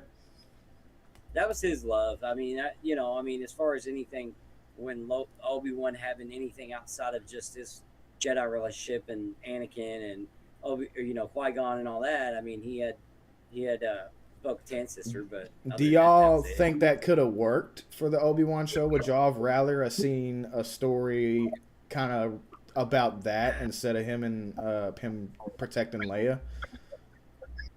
Because I feel like I would. No? I feel like it would have had to been earlier on than 10 years in the future. Yeah. It would have had to been, Yeah. whole relationship maybe a year after, and they were all in hiding from the Sith, from Vader and Palpatine. Right. What was you going to say, Chris? No, I'm just saying, yeah, that would have, it wouldn't have fit. I mean, because the timelines are just wrong anyway. Because she died 19, BBY, or Satine did. Oh, so did she So that die? would have been around Attack of the Clone. Oh, so Right. okay. Okay. Oh yeah, you don't know that. It's that's in Clone Wars. Okay, see, I thought Maul that took place killed her. afterwards. Maul kills her in front of Obi-Wan. Oh my god. Brutal. Oh, that is Yeah. right. Yeah, It's that's true. ruthless. Yeah. What book is this? Where is this at? No, it's in the Clone Wars show. Yeah. Oh, it's in the show? Yeah. Yeah. Oh, I haven't There's got also there gonna- yet. There's also going to be an episode in Rebels where Obi-Wan rectifies that whole thing. So put your choice. Obi-Wan did what? Gets his own revenge on Maul too. So you'll. Oh, see I know that. I've seen that. He kills him. Yeah, I mean, he tells Ezra, he's like, go on now, Ezra, and they're on and then, it's just like, Obi-Wan like does it with like it's almost like breathing. Like Obi-Wan, like just it's over. Maul's done. And Yeah, it's like, well, because damn, you finally finished it. that's you the know? scene I brought up in. Man, was it the first episode, Stan, when we were talking about that? It could have been the second one. Either way, that's where I brought up where he kind of does his. He does the Ewan McGregor stance with the peace sign, and then he does the Alec Guinness stance with the kind of like this or whatever, and then he does this to trick Darth Maul using Qui-Gon's stance, and Obi-Wan, or God damn it, Darth Maul thinks he's gonna fucking get the upper hand and do the same thing he did to Qui-Gon to him, but no, sir. Makes quick. Well, work of Obi-Wan it. during the prequels was regarded as like the second greatest swordsman in the Jedi Order after Mace Windu. Yeah, the I thought master it- of the defensive arts. I thought it was after Dooku. After Duke. Maybe after Dooku. I'm not sure. I know it's one of the two for sure. Let's take it to the chat real quick, since we haven't in a little bit. Emperor Guyver says, my biggest issues is the lack of Clone Wars between the films. Even A New Hope built it up as something huge, but we didn't get hardly any of it until the TV series. He's right. Okay. He is right. Yeah, he's right. He's right. I always include that when I think of the whole story, because Clone Wars is canon. The show's canon.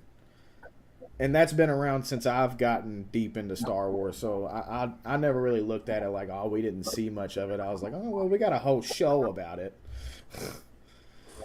But yeah, Emperor Guyver, you're right. We don't see enough of it in the movies. I agree completely. Yeah.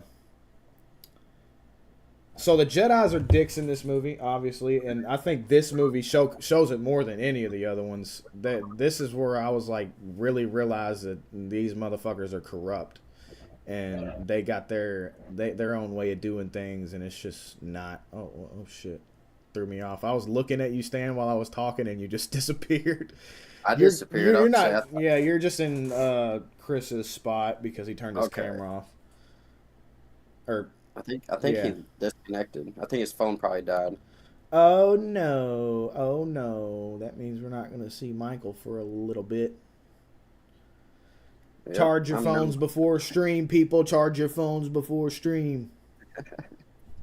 We love you, Chris. Hurry back. But yeah, the Jedi, they were huge dicks. Huge dicks. Especially all the masters. Especially to Anakin. Because, yeah, they put him on the council, but no, you're not. Everyone else in the Jedi Council is a master, but you're not appointed Jedi Master.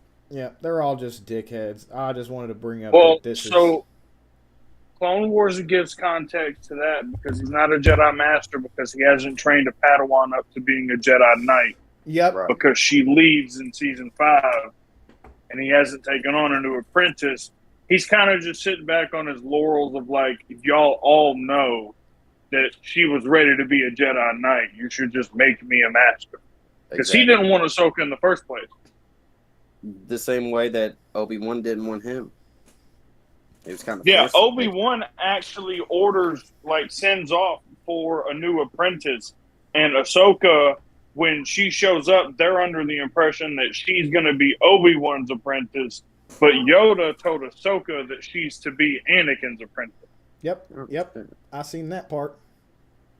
And you have to train a Padawan up to passing the trials to become a Jedi Knight in order for you to be a master.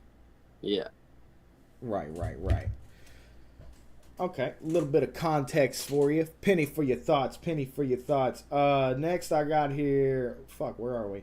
Padme is starting to be against the Republic as well, with that scene where she's like, do you think we're on the wrong side? And for some reason, I always forget that part, that she's kind of in the same. She got some opinions on how things are. She's very politically wise. She's very politically wise, and she just a nice touch that she kind of feels the same way that Anakin does. Not so much that she doesn't trust the Jedi, but she kind of sees the problem with the way Palpatine's running the Senate and whatnot. Definitely goes against her own morals in a way. Mm-hmm. in Just her makes me like the character a little bit more is all. Nothing. Don't want to dig too deep into it, but just something to bring up. Padme's stories throughout the Clone Wars show really make that character more interesting. I've noticed that she's a Because lot she's more of a very badass in that politically show. savvy. Yeah, she's very politically savvy, but I also noticed she's a lot more of a warrior and a badass in the Clone Wars show, and they really don't. You don't see too much of that in the movies. I mean, other than the scene in the gladiator arena where she kind of fends off that creature or whatever. I wish we would have seen more action scenes with. I mean, wait a minute, I'm lying. She kind of kicked a little bit ass in the factory too, as well, in the second one. So, Yeah. but against still, the droid. I still wanted to see more because the Clone Wars show so far has shown that she's a lot more badass than she seems in a lot of these movies. The hand-to-hand combat training that her handmaidens had, she also takes as well. Yeah, Padme's a badass for sure. Emperor Guyver says Revenge of the Sith actually gave Padme something to do. Yeah, I mean, I don't know if I would say that. Yeah, that's true, because she's not really doing much in the other two movies. She's there, but yeah, she's more just in the background as a political or we gotta make sure she doesn't die figure. Attack of the Clones is literally... Yeah, she's literally only there in Attack of the Clones for Anakin to fall in love with. Yeah. Right. So what do we got? Find some excuse to put them together and then go let them be. What do we got next, Stan? I just talked about Padme being against the Republic and how she was more of a badass in the show than she was in the movie. That gets a little more into Anakin and how he's feeling. It's like he wants to do what he thinks right, but you really don't see much of him staying towards the Jedi Order. It's all about what he wants to do and his morals, what he thinks is right. Right. It shows off how naive he is. Yeah, that's a good point. Because he comes from, he doesn't really know anything about the world or the galaxy or anything. He just has this opinion of, I saw this thing that's fucked up. Why is this thing fucked up? How come nobody can fix it and make it better?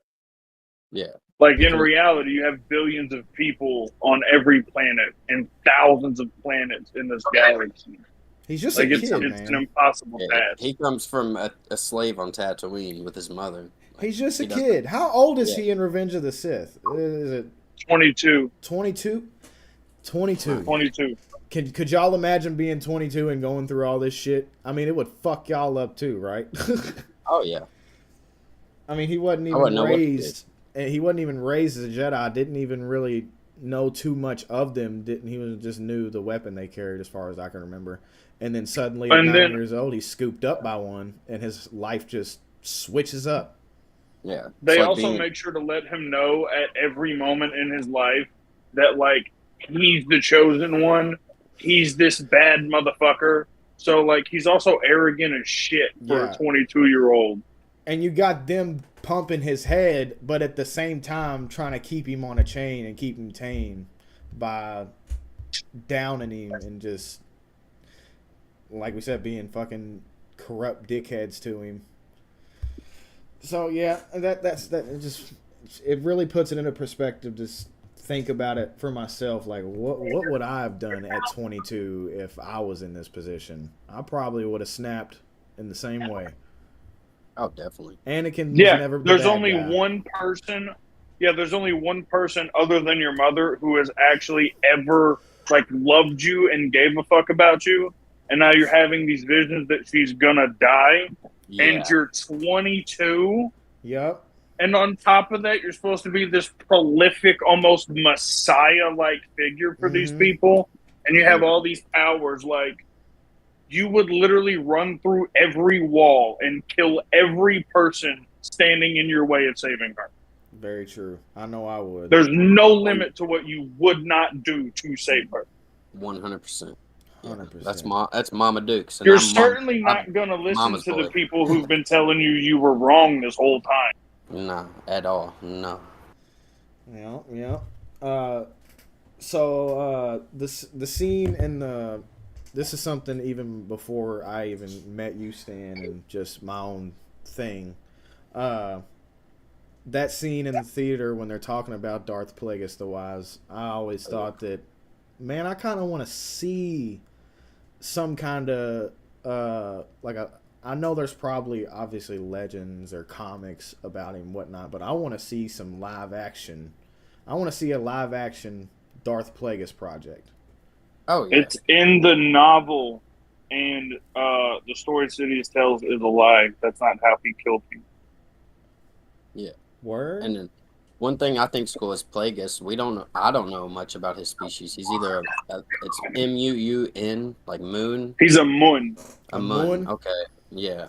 I don't know really much about his species, but I just know he was really powerful, and he controls Sidious for the most part.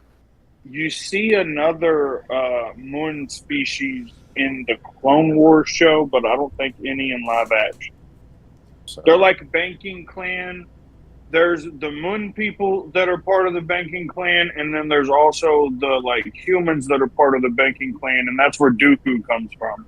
okay, yeah, I see the. So him being part of the banking clan kind of gave him status in with like the elites on Naboo where he lived, and Palpatine's family were part of that upper class. Yeah. So that's how he met Palpatine on Naboo. Okay. And you got to keep in perspective this whole plan that Palpatine is doing here. This was originally Plagueis' idea. It was Plagueis' plan. Plagueis taught Palpatine how to pull these right strings for him to become the Chancellor. And then when he's appointed Chancellor in Phantom Menace, like right after that is when he killed Plagueis. And then he continues the plan through. Right. Unfortunately, I just received news that I think we may have lost Chris for the stream. It's all good. He said if he's done dealing with what has come up before we're done, he'll be back. But for now, I'm just fixing everybody's cameras. So. All right. But a fun little fact in between from the banking clan, the intergalactic banking clan, is when the Mun controlled it, they discovered, I'm not sure if I'm going to say this planet correctly, but Megiddo. And the natives. Megiddo? Yeah, and the natives on that planet, they were actually, they're called Lurmen, but they look like lemurs to me. And then they basically almost enslaved that species, but they look like lemur monkeys. Yeah, that's awesome. I don't think I've ever looked into that. And I was a little shocked and I was confused. Like we have a whole species that are intellectual, like they're intellectual species that are lemurs. Right. Kind of cool. Hell yeah, it is. Hell yeah, it is. All right, everybody. But yeah, he doesn't kill Plagueis in his sleep. The way he kills Plagueis is him and Plagueis come back to Plagueis' like apartment or office or whatever, and Plagueis is like drunk. Yeah. And so he slowly kills him over like a long pace of time, and he's mocking him as he's doing it, mocking the fact that Plagueis is capable of manipulating midichlorians to save people, but you're worthless against me. You're nothing compared to me. And just like insidiously kills him. And that's why Plagueis gives him the name of Sidious. Sidious kills his father. Mm-hmm. That's like Plagueis tells him, "You really want to be this? You want to be a Sith? Like, go kill your father." And Sheev hated his father, so with no hesitation, just brutally murders his dad. And that's when Plagueis gives him the name of Sidious.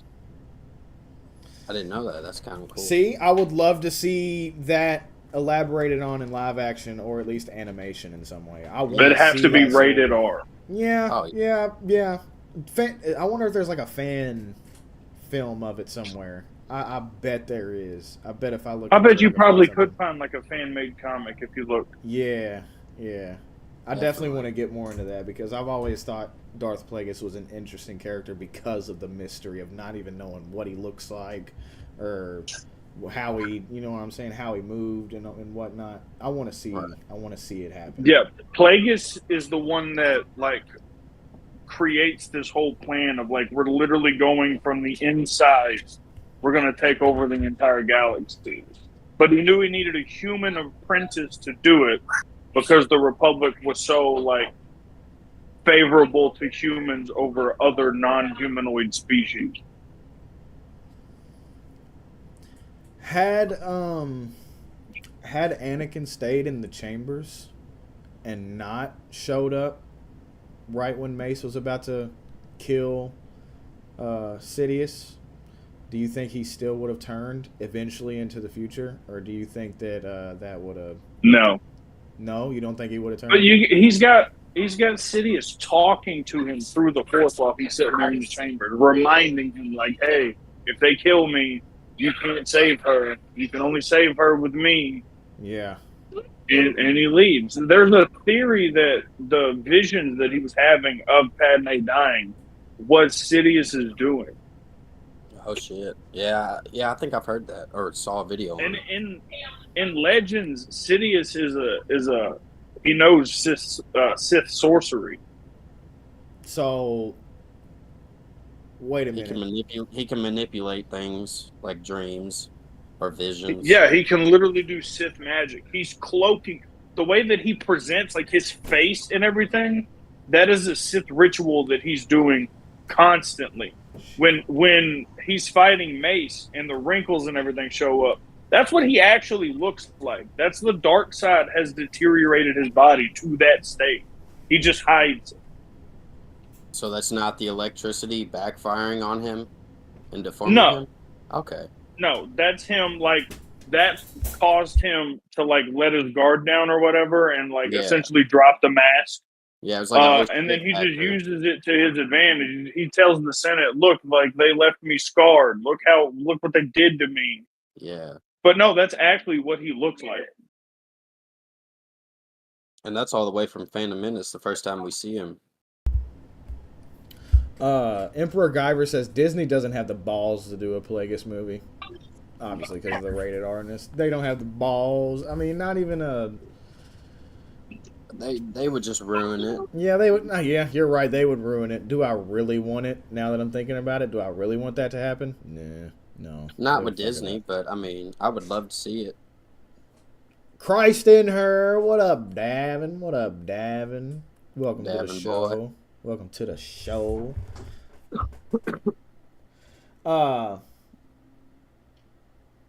Who was fuck, never mind. Yeah. Who was the kid who tried to save Organa? Is there any like backstory on him? Does anybody know? Like he just jumps in out of nowhere. There's probably a backstory on him. I don't know his name. He kicked some ass for a minute, dude. And I was like, who the fuck Have you is ever this seen kid? that? Have you ever seen that Avatar: The Last Airbender meme where it's like the statues of all of the avatars, and the meme is like, you know, some random person like, hey, what's the backstory on this random avatar out here in the back? Yeah. And like nobody knows because there's no story on it. Yeah. Okay, Star Wars is the exact opposite of that. There's stories on the most random fucking people in the movies or in the books. Like they all have a backstory. Yeah, because somebody's wrote it somewhere. There's a story about that kid somewhere. Yeah, his name is Zed Jukasa. Oh. There you go. See, he exists. Zed Jukasa. Has it got any, like, a quick little synopsis, anything that you can read us? He was a male Padawan of the Jedi Order during the time of the Galactic Republic. And he was present in the Jedi archives. The Order's library, well, yeah, that's the Jedi archives, within the Jedi Temple on Coruscant, and it was around 22 BBY, so 22 years before Battle of Yavin, and then 3 years later, in 19 BBY, Order 66 was declared, yeah. Okay, so nothing Oh, yeah, That's Attack of the Clones and then Revenge of the Sith. Yeah, so he was around that time. It seems like he was a young Jedi Padawan or Knight, I'm not sure. Guyver says Star Wars has backstories on trash droids. I mean, they have There's literally a backstory on the Gonk droid in Jabba's palace being tortured. Bruh. Dead serious. Gotta love Star Wars. there's nothing. backstory on everything. There's nothing you won't know. There's a backstory on the fucking Rancor tamer from Jabba's palace. Yeah. 100%. For no reason. I 100% expected y'all both to be like, motherfucker, I don't know why would there be a backstory about this guy? This fucking random kid. But nah, Exactly. man. Okay. Hell yeah. Thumbs up to Star Wars, dude. Give us more lore. Yeah. More lore is better lore. And more live actions of what we want. Nope. Okay. Not till Disney sells. Right. I'm about to hop off here. Alrighty, brother. It was nice having you. Yeah, thank you for coming on. Yes, All right, sir. I'll talk to y'all later. Yes, sir. All right. I'm gonna take us back, staying to ours. Okay. Sorry, chat. Wasn't expecting this exactly. So let me get this. Where we're supposed to be at, man. Let me get this where we're supposed to be at. Yeah. Okay. We back. Oh, got some pictures that don't need to be here. We're not talking about Attack of the Clones. I'm just gonna remove them. There we go.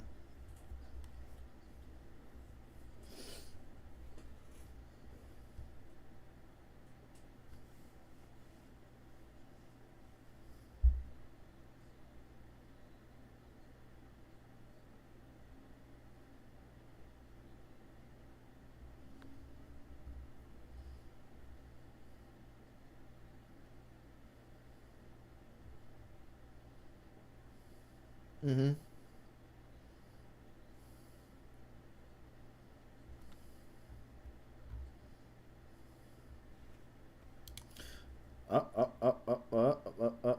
I think Stan was muted when we got in here. Chat, let me know. Yeah, they said no sound. Sorry, y'all. That was just for a second. I fixed it. I didn't expect us to lose both our guests mid-show. Right. That's all good. It's all good. We're gonna keep it rolling like we always do. It was just random.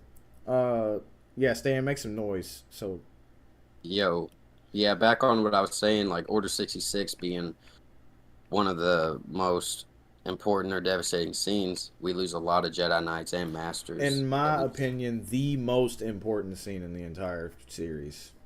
Yeah, that was the topic you read too. So, and like losing Jocasta Nu, and she's really big into the lore. I mean, we didn't really lose her. She went into hiding. She was eventually killed by Vader. But all these Jedi we lost, and like I think that's when we see certain species we don't see, or like we don't get very many backstory on certain species, but we see that there was Jedi Knights or Masters within those.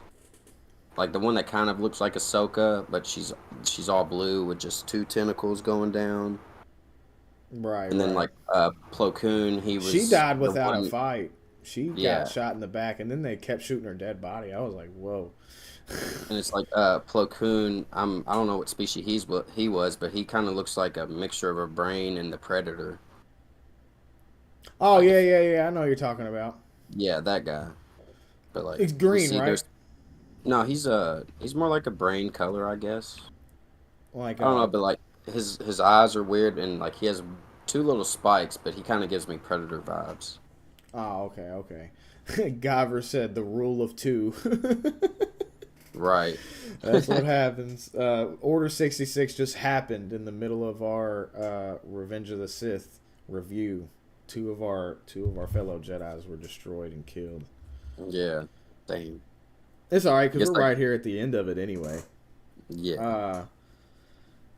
The music is top tier in this one. I get my two favorite, even over the original music, the original Star Wars theme song, the Force theme.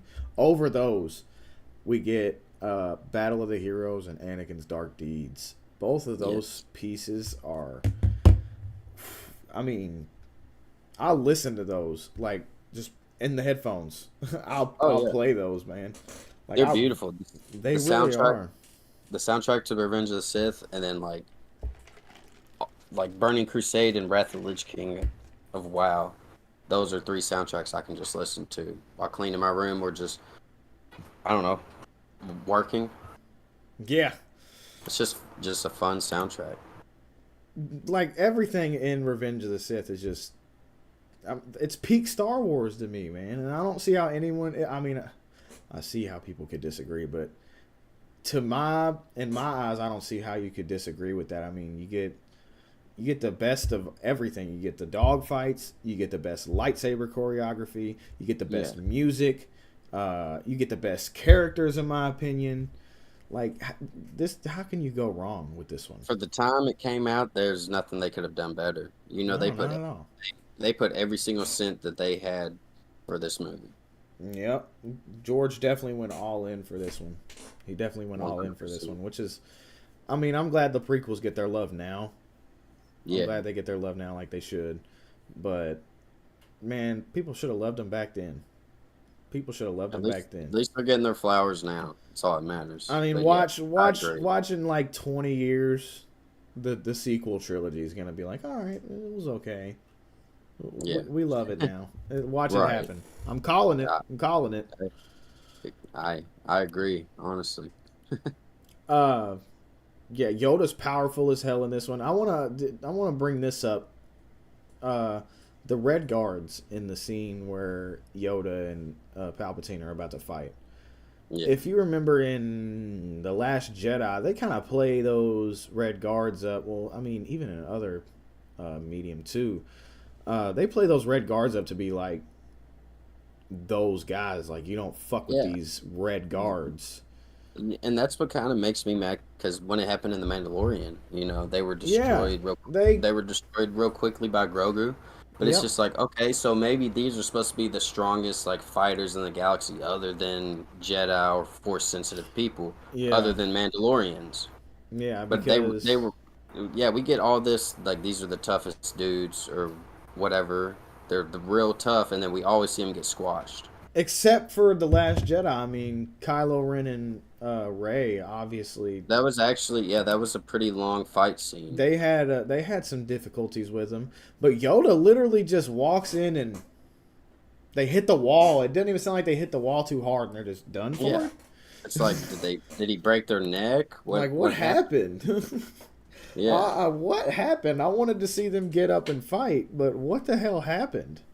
Right. Whatever. They even made action figures of them back in the day. I think they still do. I mean, especially with them just popping up in They look cool, and they're supposed to be really powerful, but we never really see them do too much, other than, like you said, with Rey and Kylo. Yeah. But I don't think Rey and Kylo were really... I mean, they killed...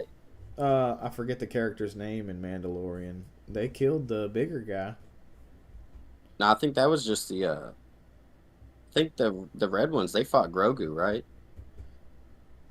Oh, no, you're right. They did kill... They killed him. Yeah. Okay, yeah. So, I mean, they've done some, but still, just... You do all this other shit and then just have Yoda flick him against the wall.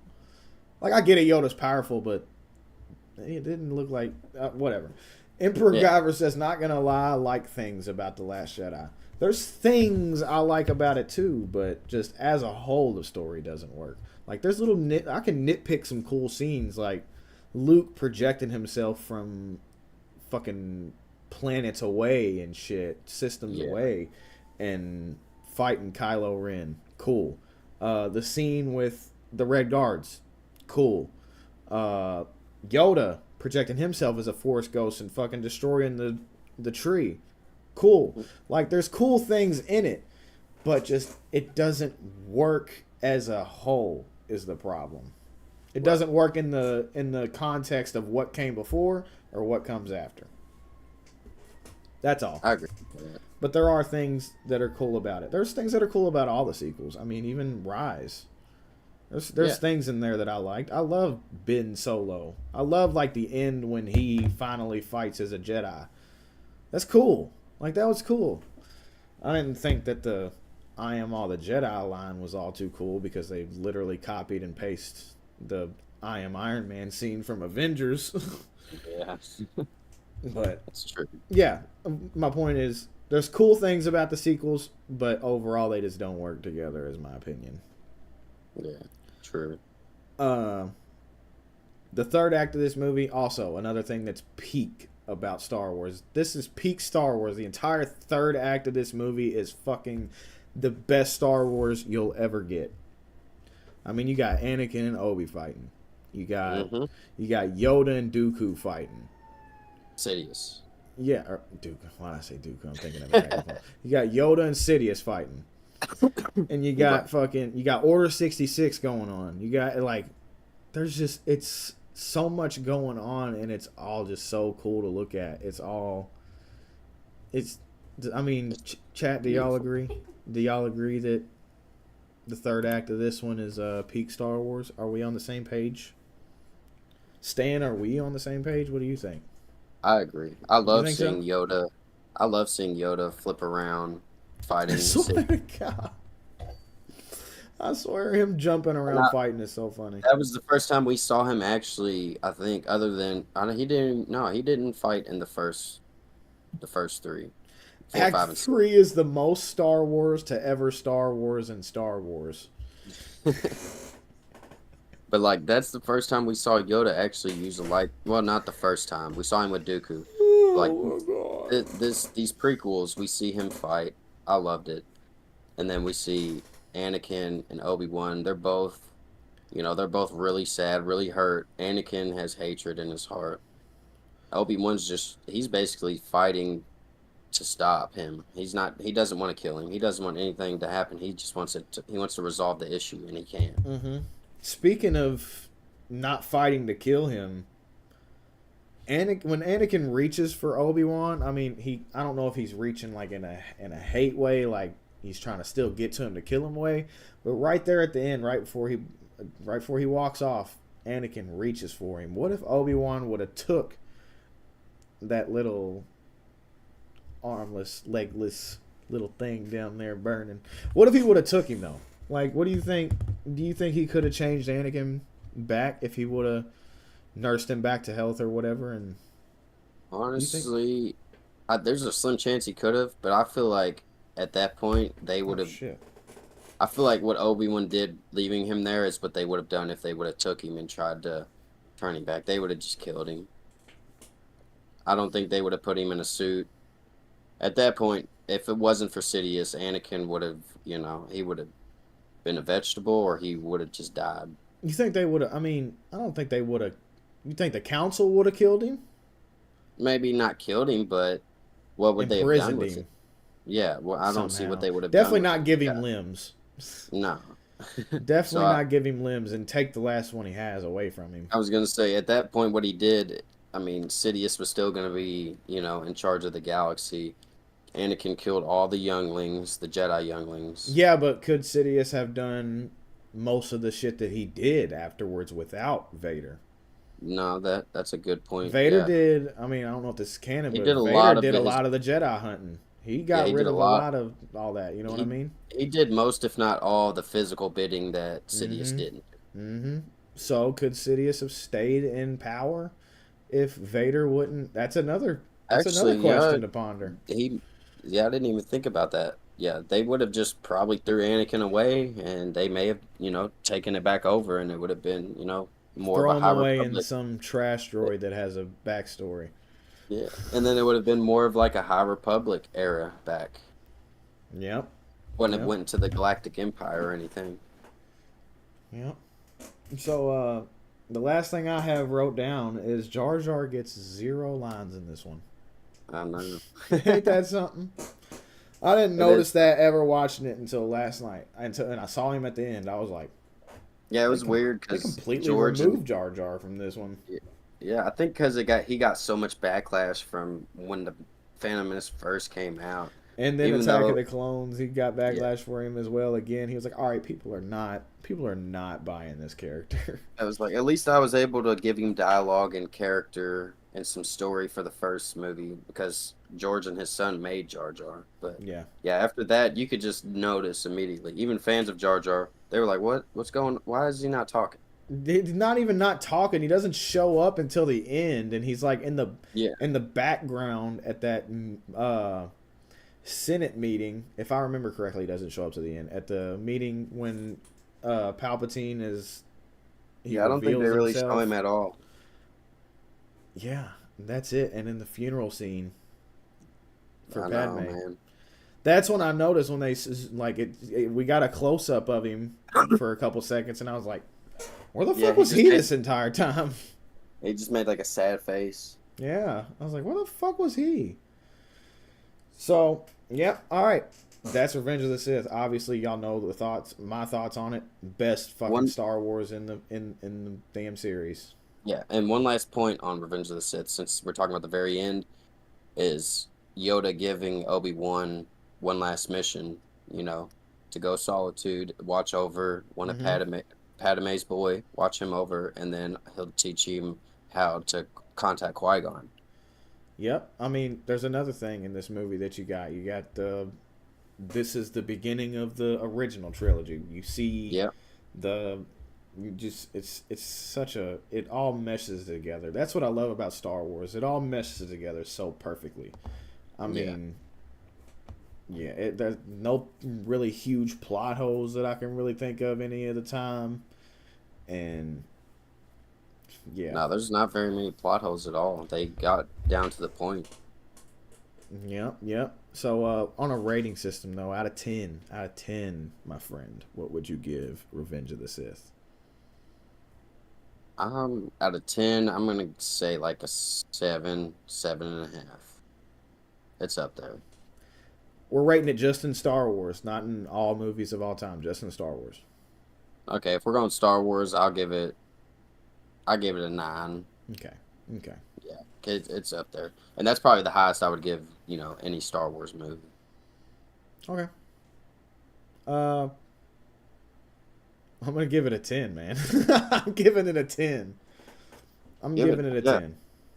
I think there's only one other Star Wars movie that I'd give a 10. And I'm not going to reveal it here. We'll get to it when we get to it. I think I know which one, but I'm not going to say anything. Yeah, we'll talk about it after stream. I'll tell you which one. Okay. So, yeah, I give Revenge of the Sith a 10. It's my favorite Star Wars movie. It's my favorite Star Wars media, period. It's the one I rewatch the most. Yeah. Emperor Guyver gives it an 8 out of 10. 8 out of 10. Not bad. Davin, if you're still in here, what do you give it out of 10, man? If you can pull your phone out and type a number real quick while you're driving that forklift. Yes, sir. Anyway, it's about that time, Stan. It's about that time to head into SWTOR. Yeah, unfortunately I can't. I think that's why I went offline earlier. I was down. I had to re-download it. Oh man! Yeah, how long you got? I just paused it. Oh, you paused it? Yeah, because I think that's what knocked me off. Oh, word. I thought I still had it installed, but I guess I uninstalled it a while ago. Okay. It's all good. I'll share my screen and you can just try, because I'm stuck somewhere. Cool, yeah. So you can hop into it. It's a fun game. Next week, I'm definitely going to get on. Yes, sir. Make sure you get that downloaded. Let me turn my... I know I'm over here wanting to start the download again.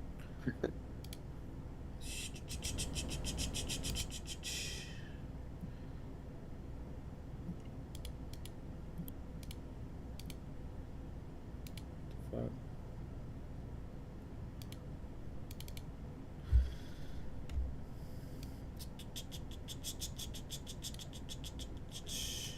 Oh, here we go. There you are. I was like, where's Stan trying to crop him in?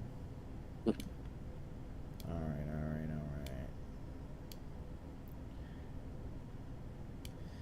Get you in here. There we go. Locked in. Activate. Boom. There I am. All right. CC, I need you to do me a favor in just a second. I'm about to send you an email type deal because I don't remember my login for this.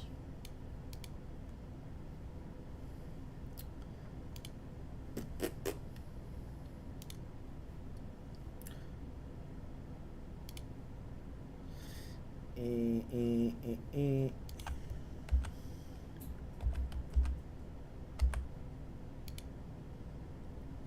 right, I'm loading up. I'm loading up. I'm loading up. Well, I gotta go get the girlfriend. Unfortunately, she got off early, All right, all right, all right. so I can join back on if you're still playing. Yeah, I'll still be on here. Alrighty. Yes, sir. What is my name?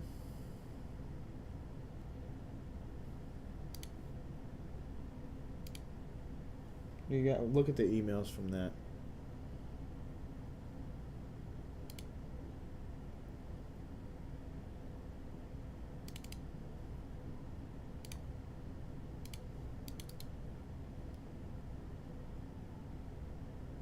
Your name? Mm-hmm. Grandmaster Dizzy. Okay.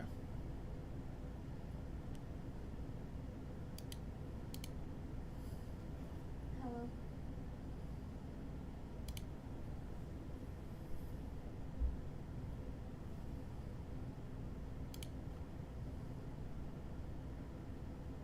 Yeah, I just don't know where you're at over here.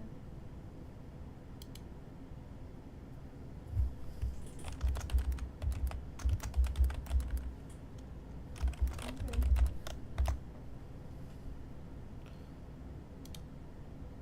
Yeah. Yeah, that's what I need. I just want to have this apartment.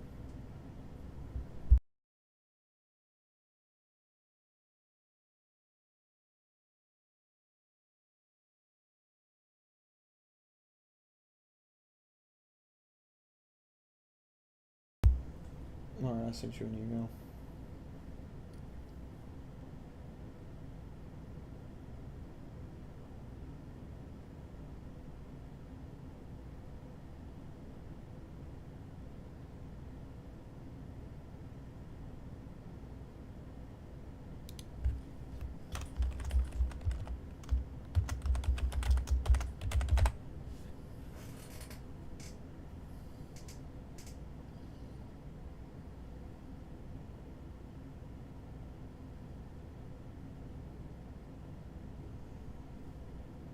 I don't have anything yet.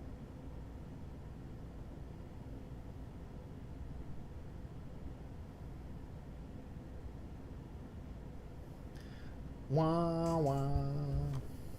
Wah wah. Man, I really should have took care of this beforehand.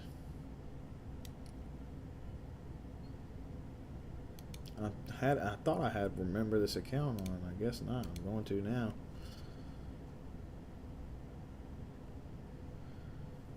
Still nothing. No, I mean, what would you set the password to? 'Cause it's gonna be like something you chose. Yeah, but I literally can't remember. Like I tried to remember the other day. What? How did? Let me see the email you looked at for my name. There's 3, but there's no new one. I know, but I'm where just. you set your password, your name, and this was thanks for doing the account. What's the name? I want to see how it's spelled. I want to make sure I sent it to the right one.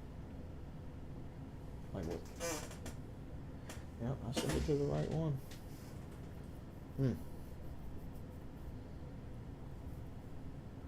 Man, I lost everybody.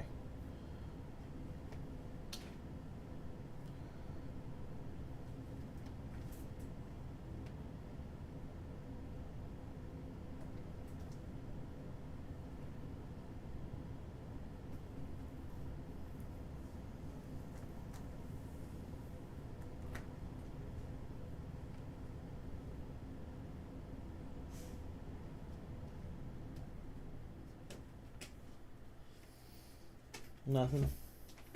All right, you know what? Actually, I think we're gonna save this for some video material just to post on the channel. So that's a wrap on today's show. Yes, sir. We'll holler at y'all next week, Wednesday, 6:30 p.m. Well, actually, I'm gonna change it. We're gonna go 7 p.m. is the new start time. So just expect to see us by 7 p.m. I'll put the starting soon up by 6:30, but expect to see us on here by 7 p.m. So, yes, sir. Thanks for tuning in if you did, and we'll catch y'all next week. from, well, I'm pretty sure everybody that was in here says goodbye and may the force be with you. All right, y'all take it easy. Take it easy.